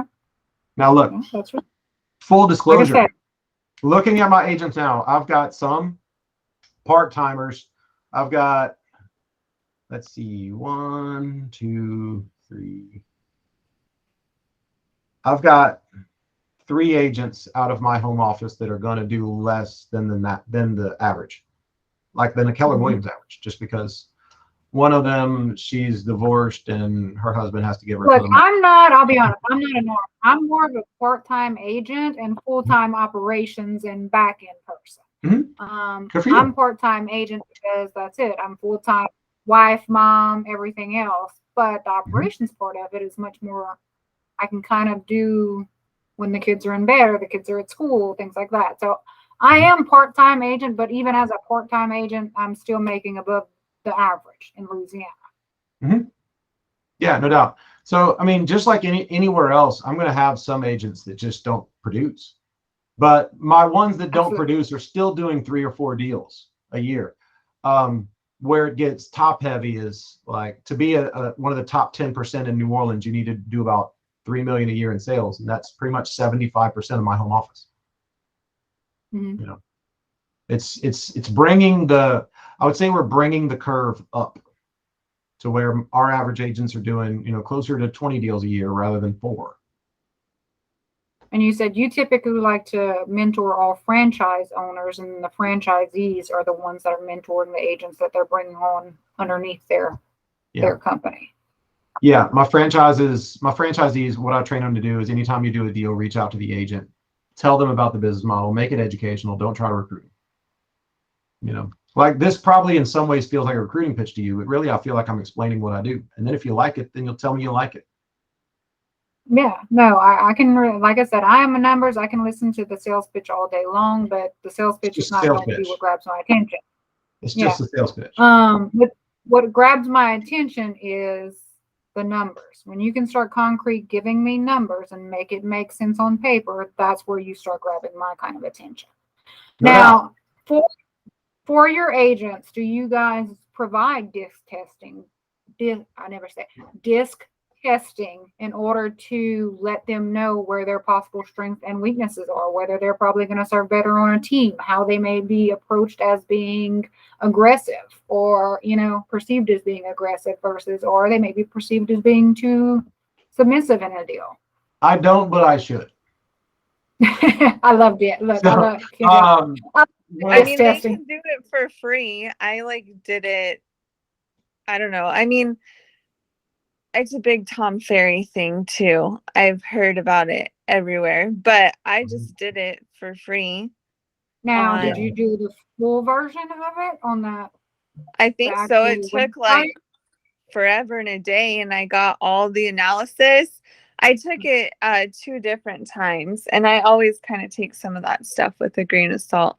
but I'm a high I for sure. I thought I would be more like a high D, but I was I've in been Well, told you'll I'm a always high have D. your high and you'll always have your secondary trait too. And then you'll always have your adapted and your natural styles. Well, yeah, and everyone, it all just depends. But I could probably spend like 10 minutes with my agents and tell them exactly where they would be on the disc profile. So where would I be? And I think You're you're, gonna a D. Yeah, I would agree with that. I think A you were high a D, D, whatever that means. probably a DC, honestly. Yeah. Yeah, I So think a DC. one With of my a little bit of I, because he's very sweet. one Yeah, of but my that could also be the C masking because he knows what he's talking about. yeah. Thank you. Because most Um, people perceive me as an I. I have absolutely zero I in me. yeah. They Yeah, see I the purple totally hair. thought you were an I. So I have one of my zero. best friends here runs a title company, and he told me, he's like, you need to start using the disc assessment test. He said he uses it for all hiring.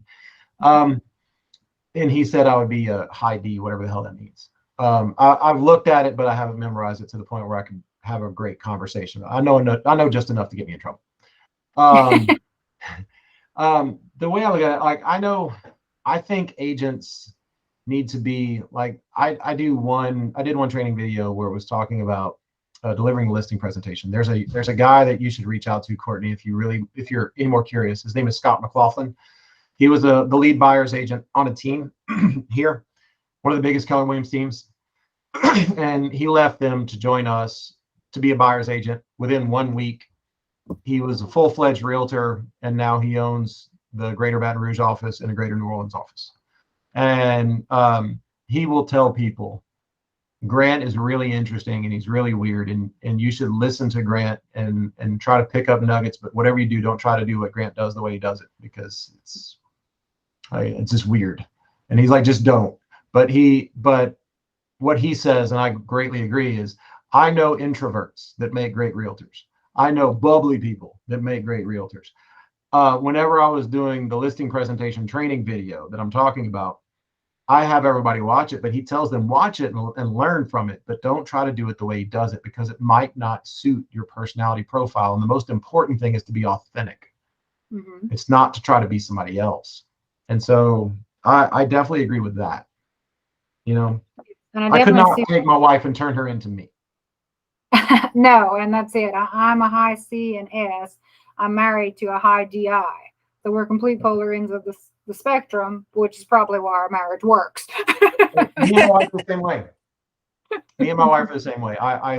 Same. I question everything. I argue about everything. Now I'm polite about it. I'm like, it would, if I carried business cards, it would say likable asshole is what it would say. Yeah.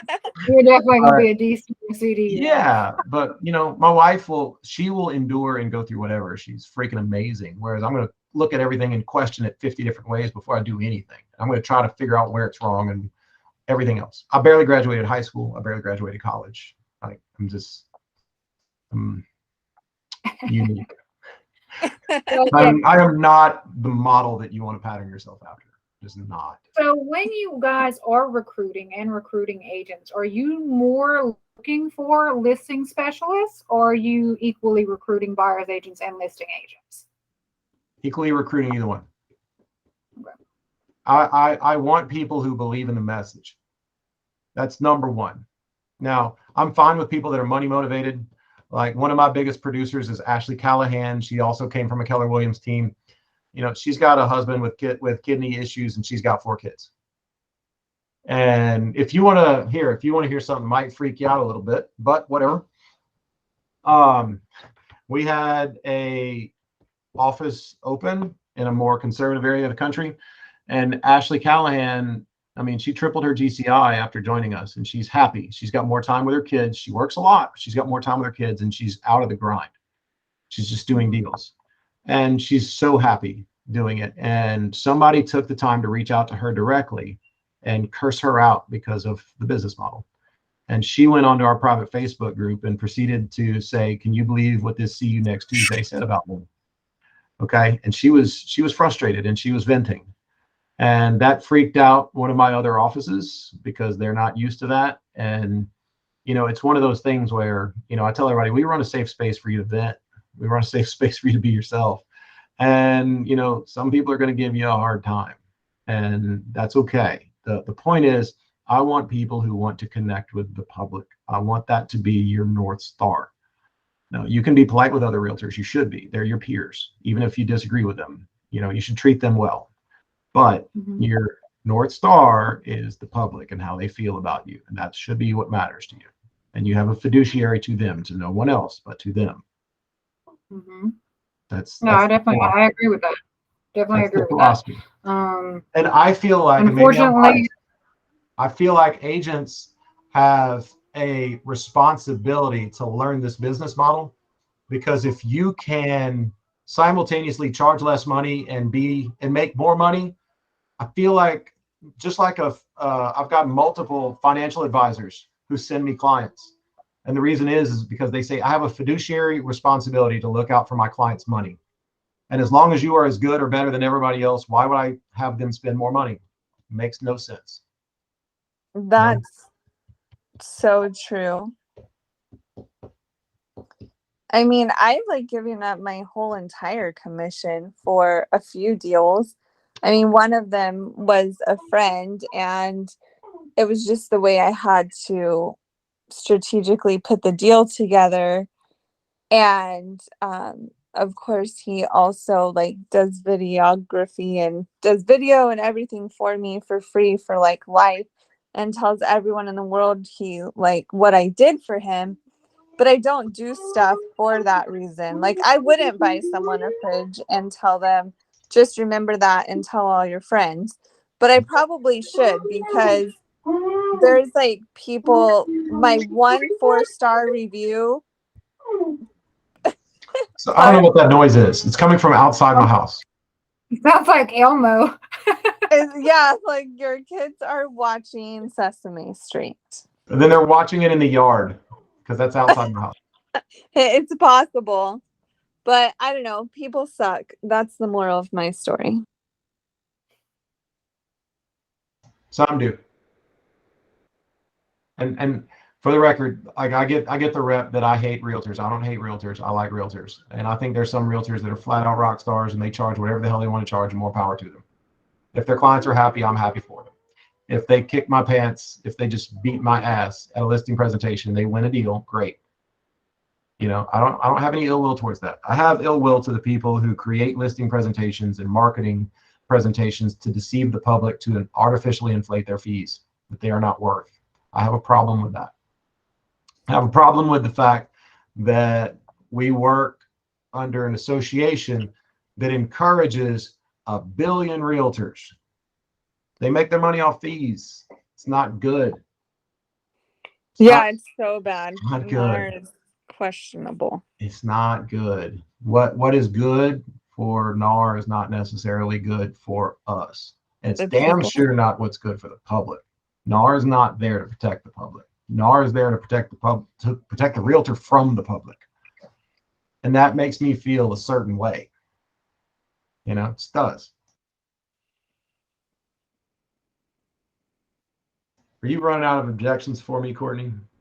Oh no, I can still look. The more you talk, the more I can keep coming up with questions. So, because your agents are receiving such backlash and such negative things from traditional agents, is the Facebook group and all that, is that kind of your only way to help them? Do you give them a script when they're in front of customers and they're like, "Oh, we heard blah blah agent Joe Blow saying that y'all just sucked"? Like, do y'all have scripting that you implement to help them kind of overcome those negatives that may have been portrayed to them to the public? I teach them how to deliver a listing presentation. I'll teach them how to cold call for sale by owners. Teach them how to cold call expireds. I have scripts to do it. We have follow-up boss campaigns to do it. I teach them how to do all those things. But it's more so designed around truth and being yourself and being honest and having your heart in the right place. That solves about 60-70% of the problem. After that, it's just learning how to not clam up and deliver it. It's Well, no, I'm more asking based on. Hang on, baby. Come on. Where are you gonna find a hot dog? Hang on, baby. Let's go. Mama's almost done.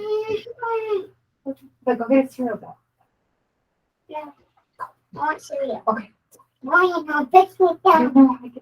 you have a little person. Yeah. That's awesome. I got little people too.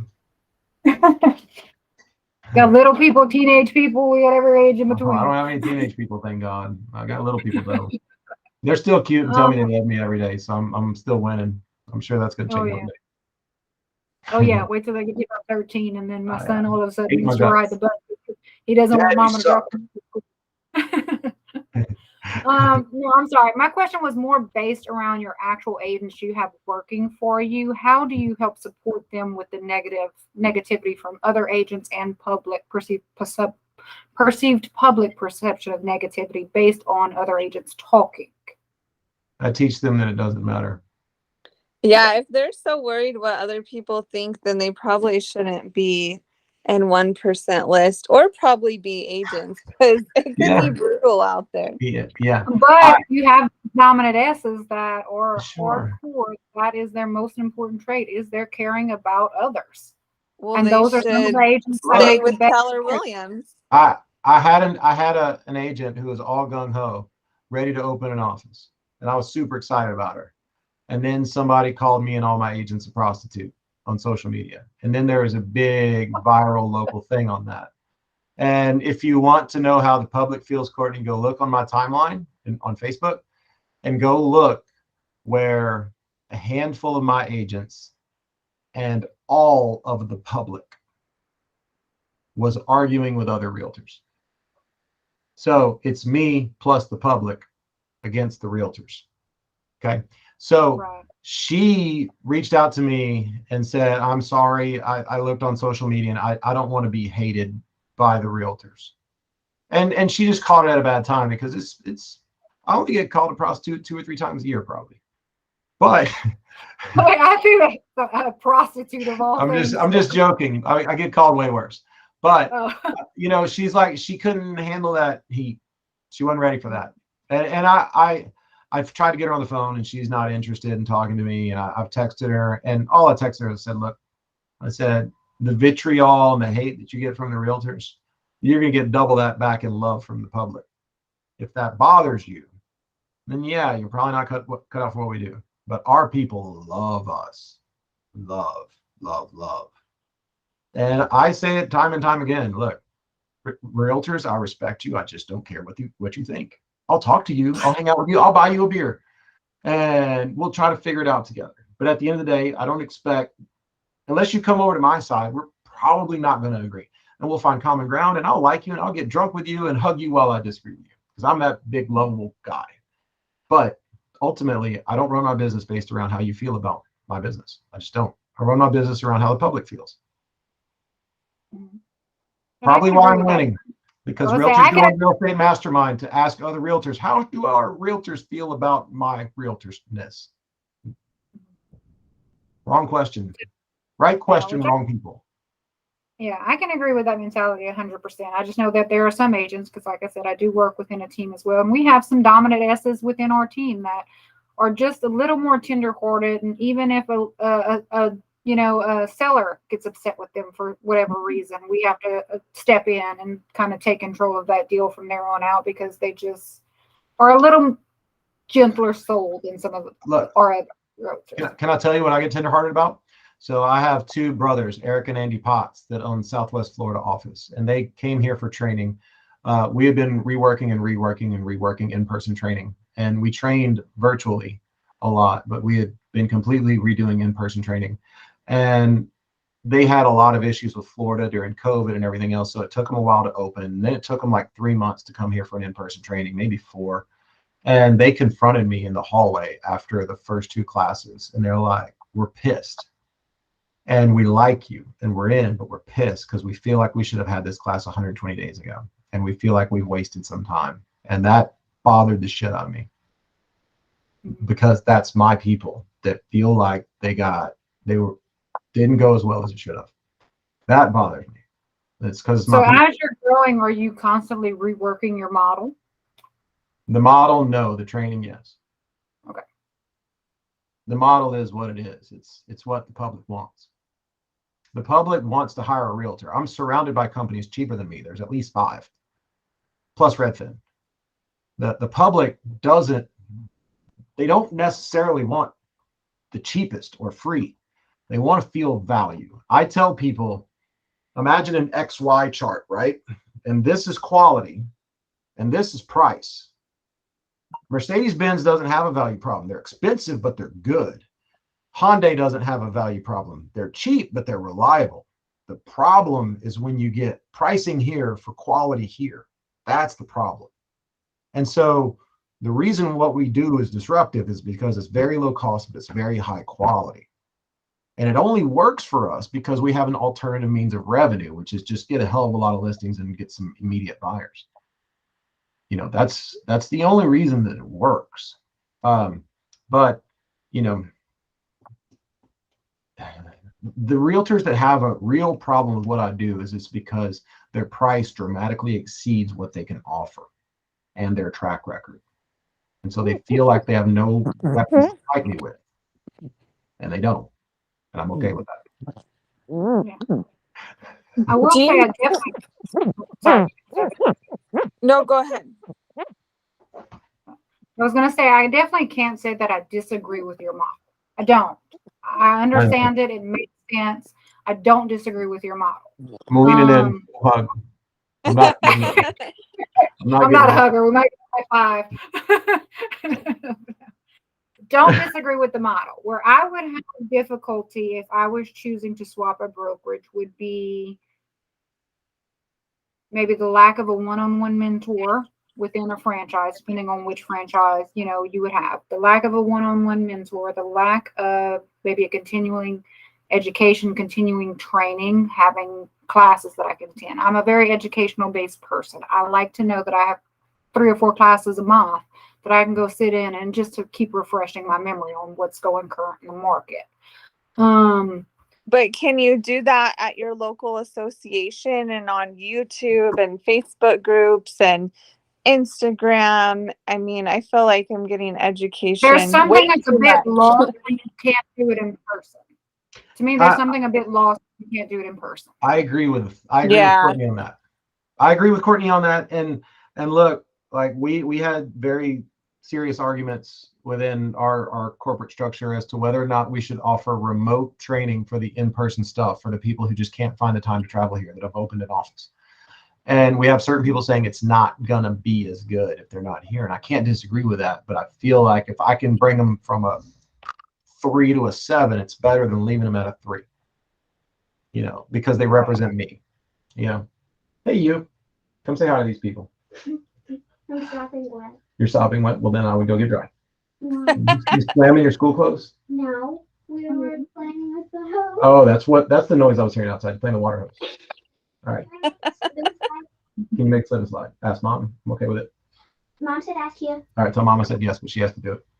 Love you. Bye. You had a good day at school? All right, good. I'll be out there in a little bit. That's my psychopath daughter. Nuts. My son tells me he loves me 20 times a day, unprovoked. My daughter is psycho, but I love her. Nuts. I wouldn't have her any other way, but she's nuts. This is my son has anime character eyes. This is one of the guys who runs a local YMCA is painting a picture of my son. This is a real photo. Like, this is what my son looks like.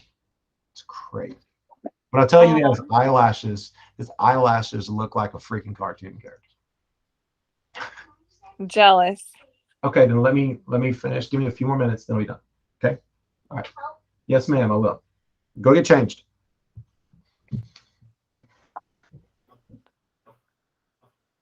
Where were we? Courtney was probably giving you hell for something. Probably. Courtney was saying that in-person training is better, and it is. Oh yeah. Totally. And a lack of in-person training is tough. And that's why I want franchise owners to train. Yeah. Our associations do a lot of local training, and I'm just different. Like, I swear I must be on the spectrum or something. But I thought, like, you know, when I was brand new, I was with EXP. I was the only one within like 75 miles. I just thought like, okay, I'm on my own, but I'm pretty like entrepreneurial anyway, and I dominated. And then when I moved 5 hours away, I thought, okay, I want training. I want a local office. I still don't have a clue where to find like the required local disclosures. You know how it's like different depending where you are. And so I went to the local brokerage. It had like a lower split. I still was selling a ton of houses, but I didn't get anything different. But that's just me. And they have so many in-person events, and I found myself like in person thinking, God, I wish I was home in my sweatpants on Zoom instead. I mean, look, it's And pros then- and cons. Yeah, that probably has a lot to do with your disc and your personality types as well. You know, different personality. I'm an introvert hardcore. I'm a high C. Like I like control systems. Give me a pattern, give me a set schedule, and I'm as tickled pink as can be. So you want to hear a very quick funny story? So I have a guy who works for me named Ken Golden. He and his wife retired from the post office. They were both with Remax. Ken came over to me. Barbara says she was, but then she didn't. Okay, so she stayed with Remax. Ken came to me. Ken and her make almost identical money every year. Ken makes it hanging out at the bar and playing golf and fishing and hanging out on the boat. She makes videos, those up in houses. She works at it. And almost every year we'll wind up having lunch and she's talking about joining, but she just doesn't do it. And the reason she doesn't, she's actually had her paperwork done and was driving to Baton Rouge to turn it in. And she's like, yeah, I would miss my people. I would miss my office. I miss the coffee and the hanging out. And she's like, that has value to me. She's like, this is what I'm doing in retirement, but that means something to me. And I have some agents, specifically the ones that come from KW, because it's the culture thing that they really push on people. Tell me, you know what? I don't need a ton of training to go do a ton of deals. I want to hang out and eat crawfish and drink beer more often. Like that's important to me. You know, I want to feel like I'm not by myself doing this thing. I want to feel like I'm part of something bigger. And so that is a constant issue with us. It's like, it's not as much teaching them how to do deals. That's part of it. But then they start doing deals and they don't need me to teach them how to do deals as much. You know, little things, sure, but it's really just they need to feel like they're part of them. I feel like there's so much value, especially when you're a newer agent, to have an actual location to go to where you can be surrounded by more established agents who have done this for a few years. And just being in an office, listening to those conversations, you can learn so much and grow so much as a new agent just from hearing bits and pieces of conversation. No doubt. Mhm. Totally agree with you. Completely agree. 100%. A lot of those agents reach out to me. They don't join, but they reach out to me, believe it or not. They're Right. just curious. They're curious. Like they'll go to the office and they'll hear people bitching about me all day long or bitching about my company. They just reach out and chat with me. And I mean, I help everybody. I don't care. I feel like they're going to join me one way or another one day. Or even if they don't join, they may adopt some of your models. I know. I was just thinking, wait, I don't even need to join you. I'll go get a billboard with my face on it that says, I'll do a 1% listing, and we do the same thing. You've not been paying attention if you say you're going to put your face all over it. But I do. Well, I just Use a solid client review that. Now, if you had purple and blue hair and it was attention grabbing, then yes. I mean, Definitely yeah, persistent. I do. I like literally Hey, just that today is- on Facebook. That is It one thing. works, right? Yeah, I mean, you may not remember my name, but if you say, "Hey, that girl with that purple hair," I guarantee you they'll be like, "Yep, I know who you're talking about." Yep. And there's the agent with the hats, the hat lady in Redland. She sucks as an agent, but she's known as the hat lady. And she gets so many deals and everyone complains about her. But I mean, she seriously gets so many deals. That's not my market, but I've had a few listings there. And in my market, all their freaking logos are black and white. All their pictures, all their branding, everything they wear is black and white. Every single agent all around town. But I posted on Facebook today just because I have so many new mentees. I was like, I don't know. I said something rowdy like, do you stand out from the crowd or does your shit look like everybody else's? And I just made all this postcards and stuff. And I have on like a bright polka dot blue like Kate Spade sweater, and I have hot pink everywhere. And like nobody has hot pink, and they think, oh, you're gonna just turn guys away. They don't like pink. I'm like, they don't give a shit about the color of my business card. They care about how much I charge them and how good I am at my job. You want to see something funny? This guy owns a small part of 1% List corporate. This is the guy from Keller Williams. Okay. So look at this. This is his old company at the top. Okay. This is his old company, Robin Realty. Okay. We actually helped Robin Realty set up their brokerage when they left Keller Williams. So you want to hear something funny? He probably doesn't even realize that his Realtor.com profile still says Robin Realty. You want to know why? I don't care what Realtor.com says about me. I don't care what Zillow says. I was doing, like, I don't know if y'all ever get on Clubhouse. I was a big Clubhouse junkie for a while, and I was on there with this old Jewish lady from New York. She was on there. Well, I looked you up on Zillow, and on Zillow it says that you don't do anything. I was like, well, I don't care what Zillow says about me. That's the beauty of being me. Zillow can go shove it. I don't need Zillow. I don't like Zillow. I don't care if I have Zillow reviews. Zillow reviews do nothing for me. I'll say, I'll be honest, my Zillow photo is probably still from 4.5 years ago, and I'm bleached blonde. So yeah, it's just different. It's now you are you. You know, now you have something to sell. You don't need to care what all the big box companies think about you or the big corp thinks about you. You're no longer reliant. And I just don't see that much hate coming from, I mean, I get it. They're losing Scott business. McLaughlin. Yeah, they're losing You gotta stop business. talking to me and you gotta talk to Scott. Yeah, I do get that. I guess I can get why, but if they're still getting paid what they're getting paid on the buyer's end of it, then they're just simply mad for losing listings at that point. When you live in a neighborhood and 1% List signs are everywhere and you're a realtor in that neighborhood, you get frustrated. You just do. When you feel like, because what I'm doing is I'm forcing them to work with almost nothing but buyers. Mm-hmm. And I'm gobbling up every single listing.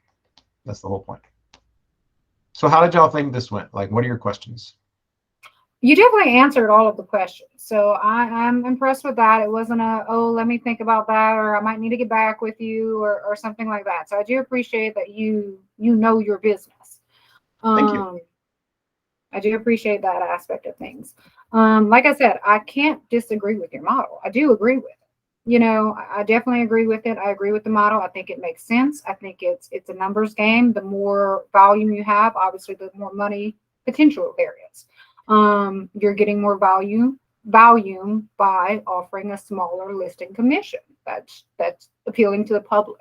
A lot of what you have your model based around is very appealing to clientele. So Yep. I understand why it works. Yep. Like I said, the only pushback I would have would be not having a bricks and mortar location, not having a one-on-one mentor, not having kind of that culture-based in-person learning experience. So and I hear you and I agree with you on all those things. I think, and I can't answer those questions because they're 100% valid. I think the main thing is if you own a franchise and you want a brick and mortar, get a brick and mortar. Right. If you own an office and you want to train your people in a certain way, train them in a certain way.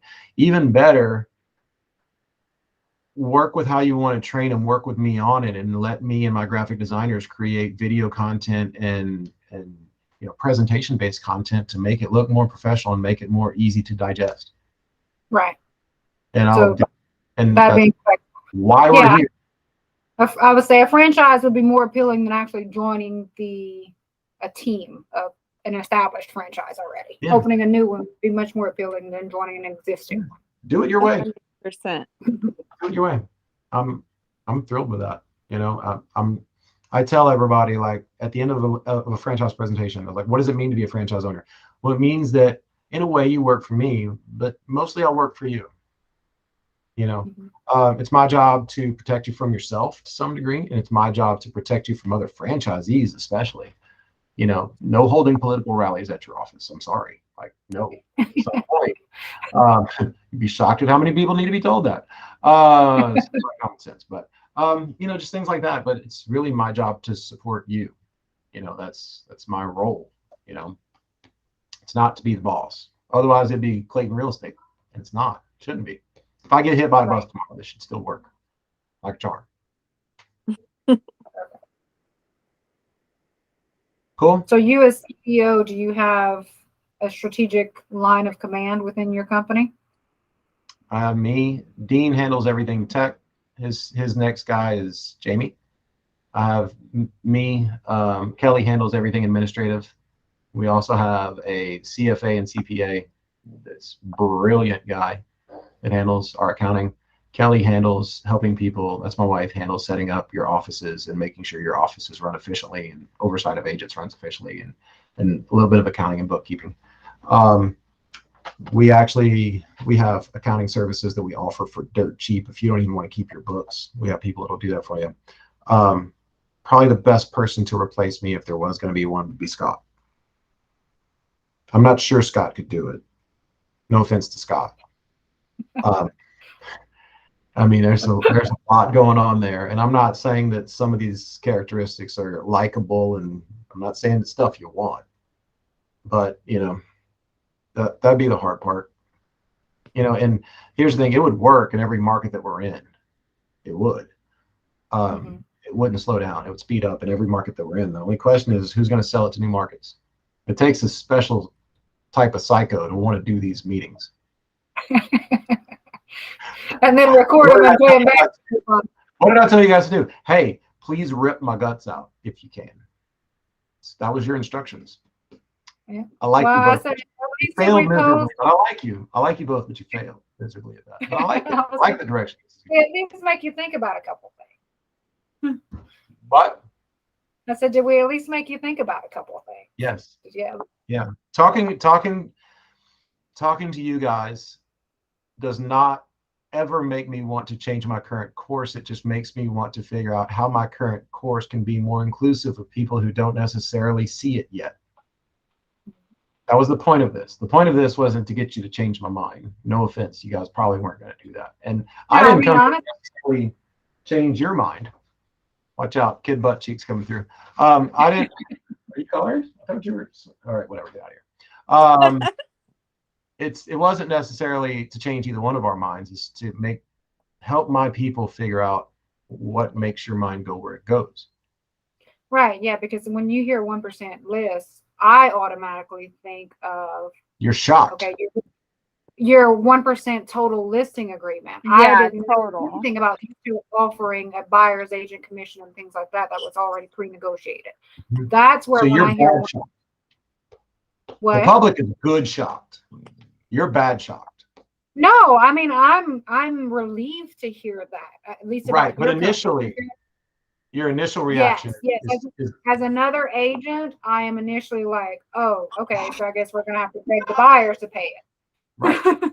Yeah, and on the, I don't know, flip side, if that's a thing, I was thinking about like the 1% buy side, believe it or not. We've had a few of those like in the desert. I would bet you $1 billion working with that person would be a freaking nightmare. And that it's just a discount broker, and the fact that I don't know, somehow, and a lot of times it's just like wholesalers or flippers that get info on who's behind, and their clients are whack jobs, they're whack jobs. You can never get in to show the house. They're shady. I mean, I've definitely sold one of those houses before, but that is why I think you would have a bad rep. Oh, sure. And I get that. So the lady that referred to all of us as prostitutes, did I tell you guys how that went when I called her? Because I called her. Yeah. Courtney, I didn't tell you this story, obviously. I spent 40 minutes on the phone with her. And at the end of the day, she was like, well, I believe what I believe, and I can put whatever I want to put. And I was like, yeah, you can. And I really don't care. But you are breaking NAR ethics by posting that. You should. And she agreed with that. But she's like, you put the ad in front of my face, I'm going to say what I want to say. And I was like, okay. I was like, well, I don't try to win by saying you're an evil, money grubbing, awful person. I'm not trying to beat you by tearing you down. So why are you trying to beat me by tearing me down? And it went on and on and on. But in 40 minutes, you know what she never did one time? So help me God. You know what she never did? She never said, you just can't offer my level of service at 1%. She never said that. In fact, what she said was, you're undercutting the market and you're going to make it to where we're all getting less commissions. And she didn't like that. Not one time did she say she's better and she does things that I simply cannot do at my fee. Because you can actually make that argument if you go over the top. But she didn't care about that. It was, you're going to hurt my commissions. And the reason she responded was because she lives in Berwick, Morgan City. Mm-hmm. Okay. You know where that is. You know where she was showing houses at? Slidell. 2.5 hours. Yeah, that's a rip. Okay. In a different MLS. She did not have access to our Century lock boxes because she wasn't going to join our MLS. Wow. Okay. My wife's saying she has super. So whatever. She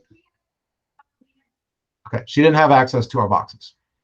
And so she scheduled all these appointments. She drove 2.5 hours. And then once she got to Slidell, she saw 1% list signs and billboards everywhere. And then she was calling 1% list agents saying, you're not going to come open this house for me? And they're like, no, it's a weekend and you did not ask me in advance. So no, I'm not going to come open the house for you. And she got super frustrated. But in my opinion, the number one characteristic that agents need to have is market knowledge. Tell me everything you know about my market, Stephanie. Nothing. Right. Let me tell you everything I know about your market, Stephanie. Nothing. That's why I don't do deals in your market. So she didn't care that she was going to offer bad service, and maybe her clients drastically overpaid. She couldn't even run a CMA. Okay. Wow. Maybe they overpaid. All she cared about was, I want my money. Well, and if someone lets you into their listing, really they're the procuring cause. Like the only thing that makes us have any entitlement to commission is literally showing the house. Yeah. Well, she was there. She drove 2.5 hours. Right. But if someone else has to let you in, still, I feel like you could give them the referral or something because you don't have access. Like I'm listing a house 30 minutes away from me and I have to pay to add the MLS and I should refer that out, but I am giving them a massive discount and they are buying my own personal house that's for sale. But that's why I was like, I wouldn't have this listing otherwise, and I could charge them 1%. Yeah. But because I have their listing and it's like extra, then I feel like I will gladly do any and every repair they ask for and fluff the pillows and make it extra beautiful for them. And I mean, I would do that anyway, but I cannot be, I could be happier about it because I have that listing and then, I will manage their Airbnb because I sell furnished Airbnbs. Good for you. But I want to pivot and be like you. There's a way to be like me. It's pretty cost effective. That's kind of my business. But yeah, this has been really fun. And I very, very, very, very, very much appreciate y'all's time and your feedback. I could do this all day. Like I love this. I truly love it. I was flunking out of college until I found something where people just kind of argue and debate things all day. And then I did great. This is great for me. And I hope it's been good for you guys where you kind of understand we're not all evil people trying to put you out of business and we don't hate the public and we're trying to offer them a great service. That's the point. Now, some companies like mine are not like ours, but some of us are. No, and I guess unfortunately you get lumped in with the bad ones when you hear that 1%. Yeah. Great news for you. You get lumped in the bad. You do too. That's so true. Exactly. That's why I joined real estate. Yeah. Yeah. We all get lumped in the bad. That's why I joined real estate too. Just all three of us have the same exact story. We all had horrible agents that we were like, dude, I could do this way better than these people. And I never thought it would be my full-time life. And I never thought I would even be interviewed on my favorite podcast. And I never thought I would be interviewing Grant on my favorite podcast. I can't wait for that. You got to listen, Courtney. And I want to interview you too. Should have Courtney. Courtney's a firecracker. You should absolutely do Courtney on Real Estate Rockstars. Yeah, no, I'm going to social media stalk her. No, I have her email through Y'all should do y'all two twice. You can do me once. You could do one Courtney that's constructive, yeah, and then you can do one with Courtney where you just talk bad about me the whole time and just tell everybody how much I suck. There's where the having no eye in me at all doesn't work for things like that. I don't like to be the center of attention. So Dean, which Dean is so Cassiopo, weird with colorful hair. Dean Cassiopo, the guy that does our digital marketing, he has a NAR booth this year for his digital marketing company, and he wanted me to go down there, and his thing to get people to come up to the booth was hit a discount real estate broker in the face with a pie. It's like, just come here and just make a pie and just smash me in the face. I think it'd be great. How many other agents are going to be participating just for that? There's going to be a line. There's going to be a line out the door. That's amazing. All right, guys. I'm going to go hang out with my kids. I have a slip and slide to set up. My kids are getting impatient. I haven't hung out with them since school was over. Thank you so much for your time. If any of y'all ever want to chat with me again, I'm more than happy to. If you decide you want to do something crazy like this, I'm more than happy to either teach you how to do it or tell you how we run our offices in greater detail.